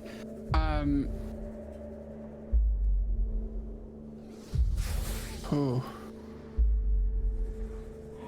I know it's night. So she's like thinking very, very quickly, even though I'm saying it out loud slower. She realizes that it's night. So it makes sense that they would be here. Could I roll occultism to see if there's any? I'll take that one. That's Karl. Karl is, we're gonna say Karl is, he's gonna try helping out Alvin, and he reaches down, just fucking grabs Alvin again, and just starts chugging up the hill. Go ahead. Frenell knows there's no chance in her like trying to like reach down and like grab it. Like her arms are too short. She's not gonna be able to do that. She barely made it up herself. Can I roll occultism to see if I have read about these, like if there is some sort of weakness that I can Of course you can. come up with? Yes, absolutely. Oh, 12. You haven't the foggiest of what these things could possibly be. And then as I'm like looking out across, did you say there were like some that were like walking? Oh yeah. You don't know what it is that's causing that pounding sound. Yeah. But you can see that some of these things, and the longer that you guys are here, the greater the chance that they will have to switch to a different source of food. Right. Could I, about how far away are we from like the closest one that's walking? Like how far are they to like the base of this? Approximately, we're going to say you guys ended up like on that run. You guys ended up covering, let's say maybe 75, 80 feet away. The things that are flying around, those are, yeah, those are close. mind you, you only have about 6 seconds. What are you doing? Right. Is there anything that I can see that's around me? Any sort of like brush? Is there any? What is your intention? My intention is to produce flame and basically like throw something off, like off to the side to see if they'll chase it. You're dealing with snow-covered wood. It's going to be a little bit difficult. We can say that It's if a very you hot flame. give me a survival check, and that's going to be your action. Is that you're going to give me a survival check. Meantime, enough time has passed. You guys are still scrambling. Everyone, give me athletic checks. I got a 6. Wow. Oh no. Was that your prior one? No, it was one I just did right as Frenell was talking. Oh, to try to shit. stand up. Alvin, you're okay because you're in the hands of Karl. Oh, thank God for that. Aldred, you got a 13. You're barely able to stand. Thessalia, you're like, focus, claws, boom, and then you fucking just, you hop up. You could feel your. Do you wear boots or do you have like do you have little beans? I got my toe beans out. You got your toe beans out? Okay, yeah. All right, so she's like, she digs in. You can feel the claws bite into the underlying ice that is causing a lot of this problem and end up assisting. Those that are directly in front of you, Aldred with a 13, all like kind of like, if I don't move, I'm all right. It's like one of those situations on ice. So like your feet start going to like, oh shit, you start doing the shimmy, and then you manage to catch yourself. However, Zora cannot stand. Thessalia, what are you doing? I'm gonna feel I'm steady. I'm earthed, and just like reach down and try to just grab onto something, her tail, her arm, her face, Okay. whatever, and hoist her up. Okay, yeah, you are able to do that. Zora, you're now up. Aldred, you're up. Thessalia, you're up. Alvin, you are with Karl. Frenell, what did you roll? The wood was wet. Oh yeah, it I could was. not do it. No. You know, I just like chunked it like a piece of wood out. Okay, yeah, you're just like, haha. you do have a tinder twig. I also had like fire out of my hands. Yeah, it's a was tinder wet, twig is just a match. The produced flame is the equivalent of a match. I need you to make an athletics check though, Frenell, if you don't mind. Let's see what she can do. Athletics, sorry. Yep, no worry whatsoever. Okay. Yep. 14. Everyone is on foot. You guys are Oh, I have to do this. I did it. Rin is trying to stand up and he's balancing himself to see like what the fuck. I need to make his athletics. Let's get that out of the way. All right, on the same par with Aldred. It's difficult, but he's like slowly stepping, and you can see he's lifted up now, and he's starting to walk on the balls of his feet, transferring his weight straight down rather than a heel strike, which then slips out from under him. So he's trying to get his way there. Everyone eventually moves beyond. The things are there. The last one moved well past you. It's almost like it couldn't see you. It couldn't detect you. Taking advantage of that, you move forward.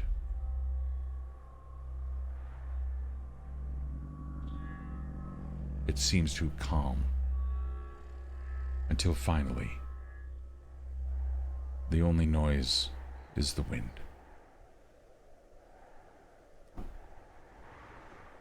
That's where we'll pick up next week.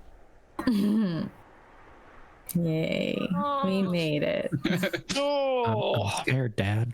Dad, I'm scared. I take Zora's hand for a different reason this time. Yeah. As I just like watched all of this happen. I hope you guys enjoyed tonight. But tummy ache. Good. What'd you say, Josh? Anxiety has given me a tummy ache. Oh, I'm sorry, buddy. I'm really, really sorry. Okay. All right. I hope you guys out there also enjoyed tonight. We got a little bit of understanding of, okay, this area is pretty fucking weird. Any thoughts before we're going to call it quits for tonight early, because we ended at like 1:30 a.m. last time, and I told these guys that we were going to quit pretty quick.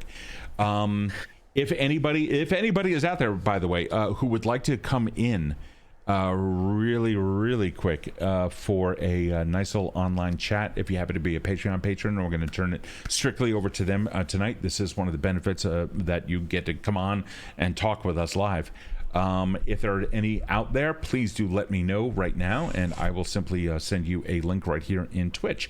Either way, we're going to buy them just about like 30 seconds of time. Thoughts on tonight, concerns, etc. Frenell is very suspicious of Ren still. Okay. Because not only did Alvin notice something, Frenell noticed something that she's not been able to tell to the group about yet. All right. No, Alvin didn't tell you what he noticed, but he noticed something in character that was off, and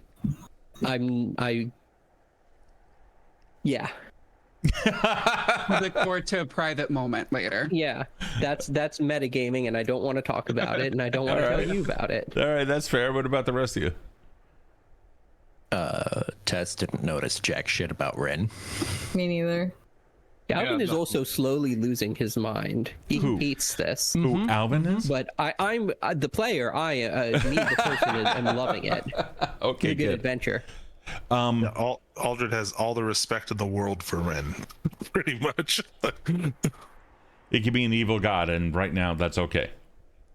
Pretty much, yeah. I mean, Tess is in the same boat. Like, if he tries to kill us, that's a future problem. Like, let's get out of this first. You know, he's offering us a way out alive.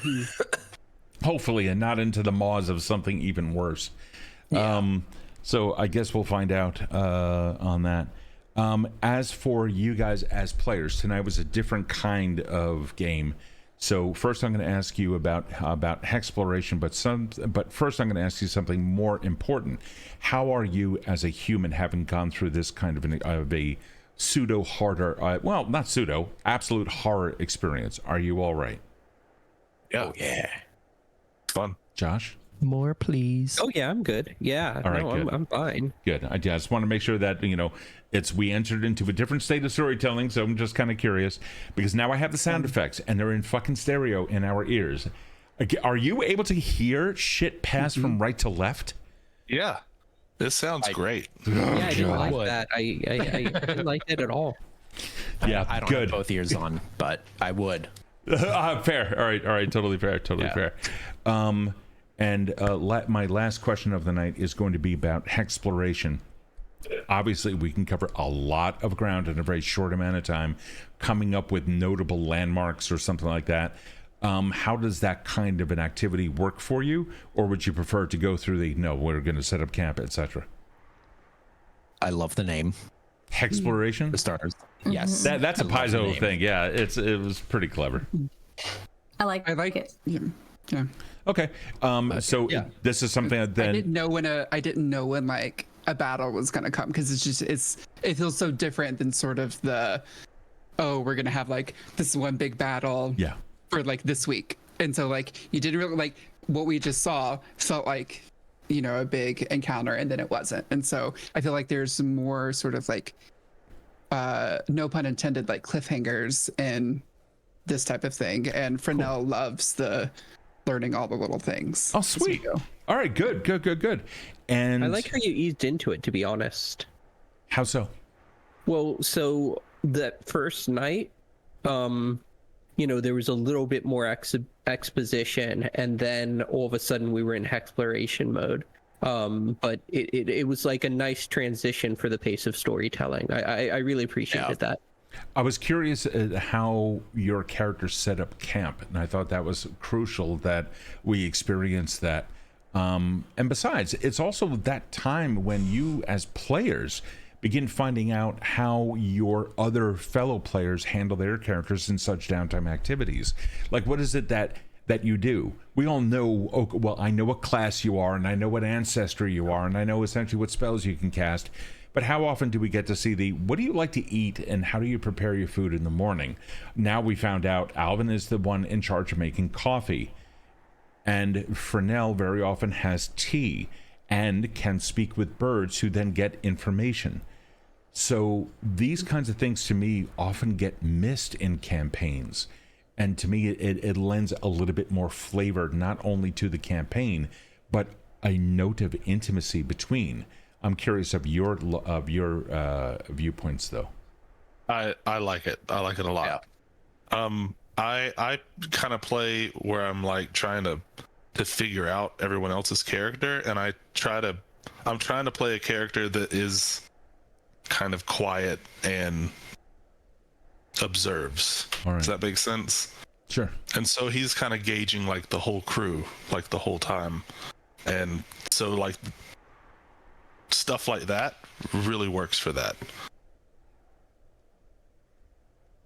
I love it. I wouldn't mind if we never have combat again. Just have us run from monsters, solve puzzles, and sing by the fire, hold hands. We'll be fine. Well, whenever we get to safety. Yeah, exactly. Exactly. We're still running. So welcome to the new campaign title, Seekers of the Kumbaya. And question for you, Steve. Of course. Yeah, what's up? Didn't really come up, but how did we cross any rivers? If you did, they were frozen. Okay. Tess would have left a silver piece at each river. Yeah, nothing had been, there was nothing obvious. When you guys came across the lake and you were walking on it, you were on snow, and it wasn't until the reveal that you were actually standing on ice. Chances are that would be the same thing. The telltale sign in this case, though, would also be the banks of the river would have come down, and you did not see that. So, oh no, you have a headset. Thought of You using can hear copper instead? You're gonna go broke. Long journeys, man. Does that answer your question? Yeah, she would have dropped a silver piece into. Let's find that out in game. Well, let's see. Let's see you do it when it happens. We kind of like, but you'll have opportunity. I can guarantee that kind of stuff is important too, because it's character reveal. We get to find out a little bit more about your character, their beliefs, and all of that. I don't think it's minutia. I think that is absolutely crucial. The handling of the day-to-day activity of the mundane provides so much more spice than I swing a sword for +5. Well, who gives a fuck? You're just like everyone else who ever had a +5. But how many other people no, when I come across a river, I love that. I absolutely love that. So yes, if there are such things, let me know, and let me know in Discord in our private chat, and then I will make sure when those things naturally and organically come up. I'm not necessarily going to alter the world for it. Thus, its rarity, its infrequency or frequency can be better appreciated. Yeah. No, you're good. This is something that I kind of just discovered about Tess. That's cool. A lot more like religious than I thought. Yeah, these kinds of things happen, and that's the awesome part. So yeah, again. Well, yeah, because when I created her, I looked at the gods on the thing, and I was like, oh, the Eddies, oh, Egaus, even though she's not like a cleric, she grew up around very superstitious sailors. Yes, the Adai, Eddei. The Adai are Adai. Yeah, they're Evendel's kind of like water deities. They just happen to, or more like demi-deities. But even then, they are a personification of an action that very frequently takes place near water. The way that mortals have imagined them to appear is like water-like creatures. Whether or not they actually are, who the fuck cares? The whole thing about it, though, is that if your character has a tie to that, I absolutely encourage you to develop that and to explore that. Religion is in this world because it is an observable thing. It is something that, unlike our real world, where there's very little, evidence of something being there, no offense meant to any believers, in this world, you have clerics who can cast fucking spells, and they can do this thing. And the lore of the world all comes from the divine. So it's and it's undeniable. There's undeniable proof of that kind of thing. And it is solid. So for a character to develop a relationship with that is 100% encouraged and will only assist. It opens up, it doesn't replace what happens in the world. Instead, it opens up another avenue for you to explore the world. So yeah, by all means, check it out. Yeah, but yeah. Anything else from anyone else before we call it an evening? All right, my friends. For everyone out there in chat, thank you so much. And for players, thank you for giving me the honor, for letting me be your game master. I really, really appreciate the trust that you've given me over your characters and the world around them. I promise I will not abuse it. So let's see. But in the meantime, have an amazing night. Love each other. Just give each other random hugs whenever you can. It's just definitely appreciated. And above all else, stay adorable. We'll see you guys later. Thanks for watching. And we'll catch you. Today's Thursday. Well, we'll catch you on Monday for Branching Out. That's going to be with Erin over there and me. Yes, I know. And Apple has taken a shine to Bramble over there. I love Bramble.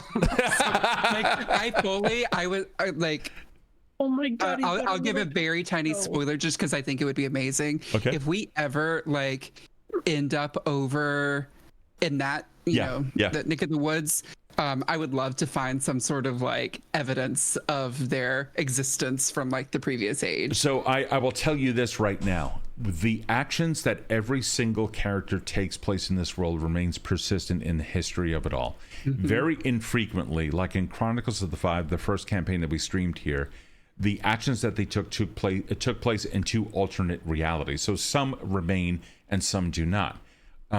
you will encounter NPCs from other campaigns, providing it's in the same timeline. However, none of it is actually forced, except for like in Days of Yore, certain NPCs always showed up, and well, I'm done with that shit. But Bramble, I've absolutely, that campaign is designed to influence the building of the world in the areas where that campaign touches.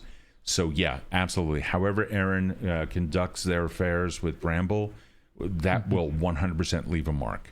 100%. I need to go back and watch some of the earlier ones, because I'm like, I am determined to like find, like, I was like, oh, what if there's like a stone basilisk somewhere, like a statue that's kind of like decrepit, and I'm like, oh. Well, you're gonna find out. I mean, hopefully branching out will go on to like level 20. Yeah. And Bramble's story is they're immortal, and we're just gonna like all right, everyone, stay adorable. We'll see you guys later. Take care. Night. Bye. Good night.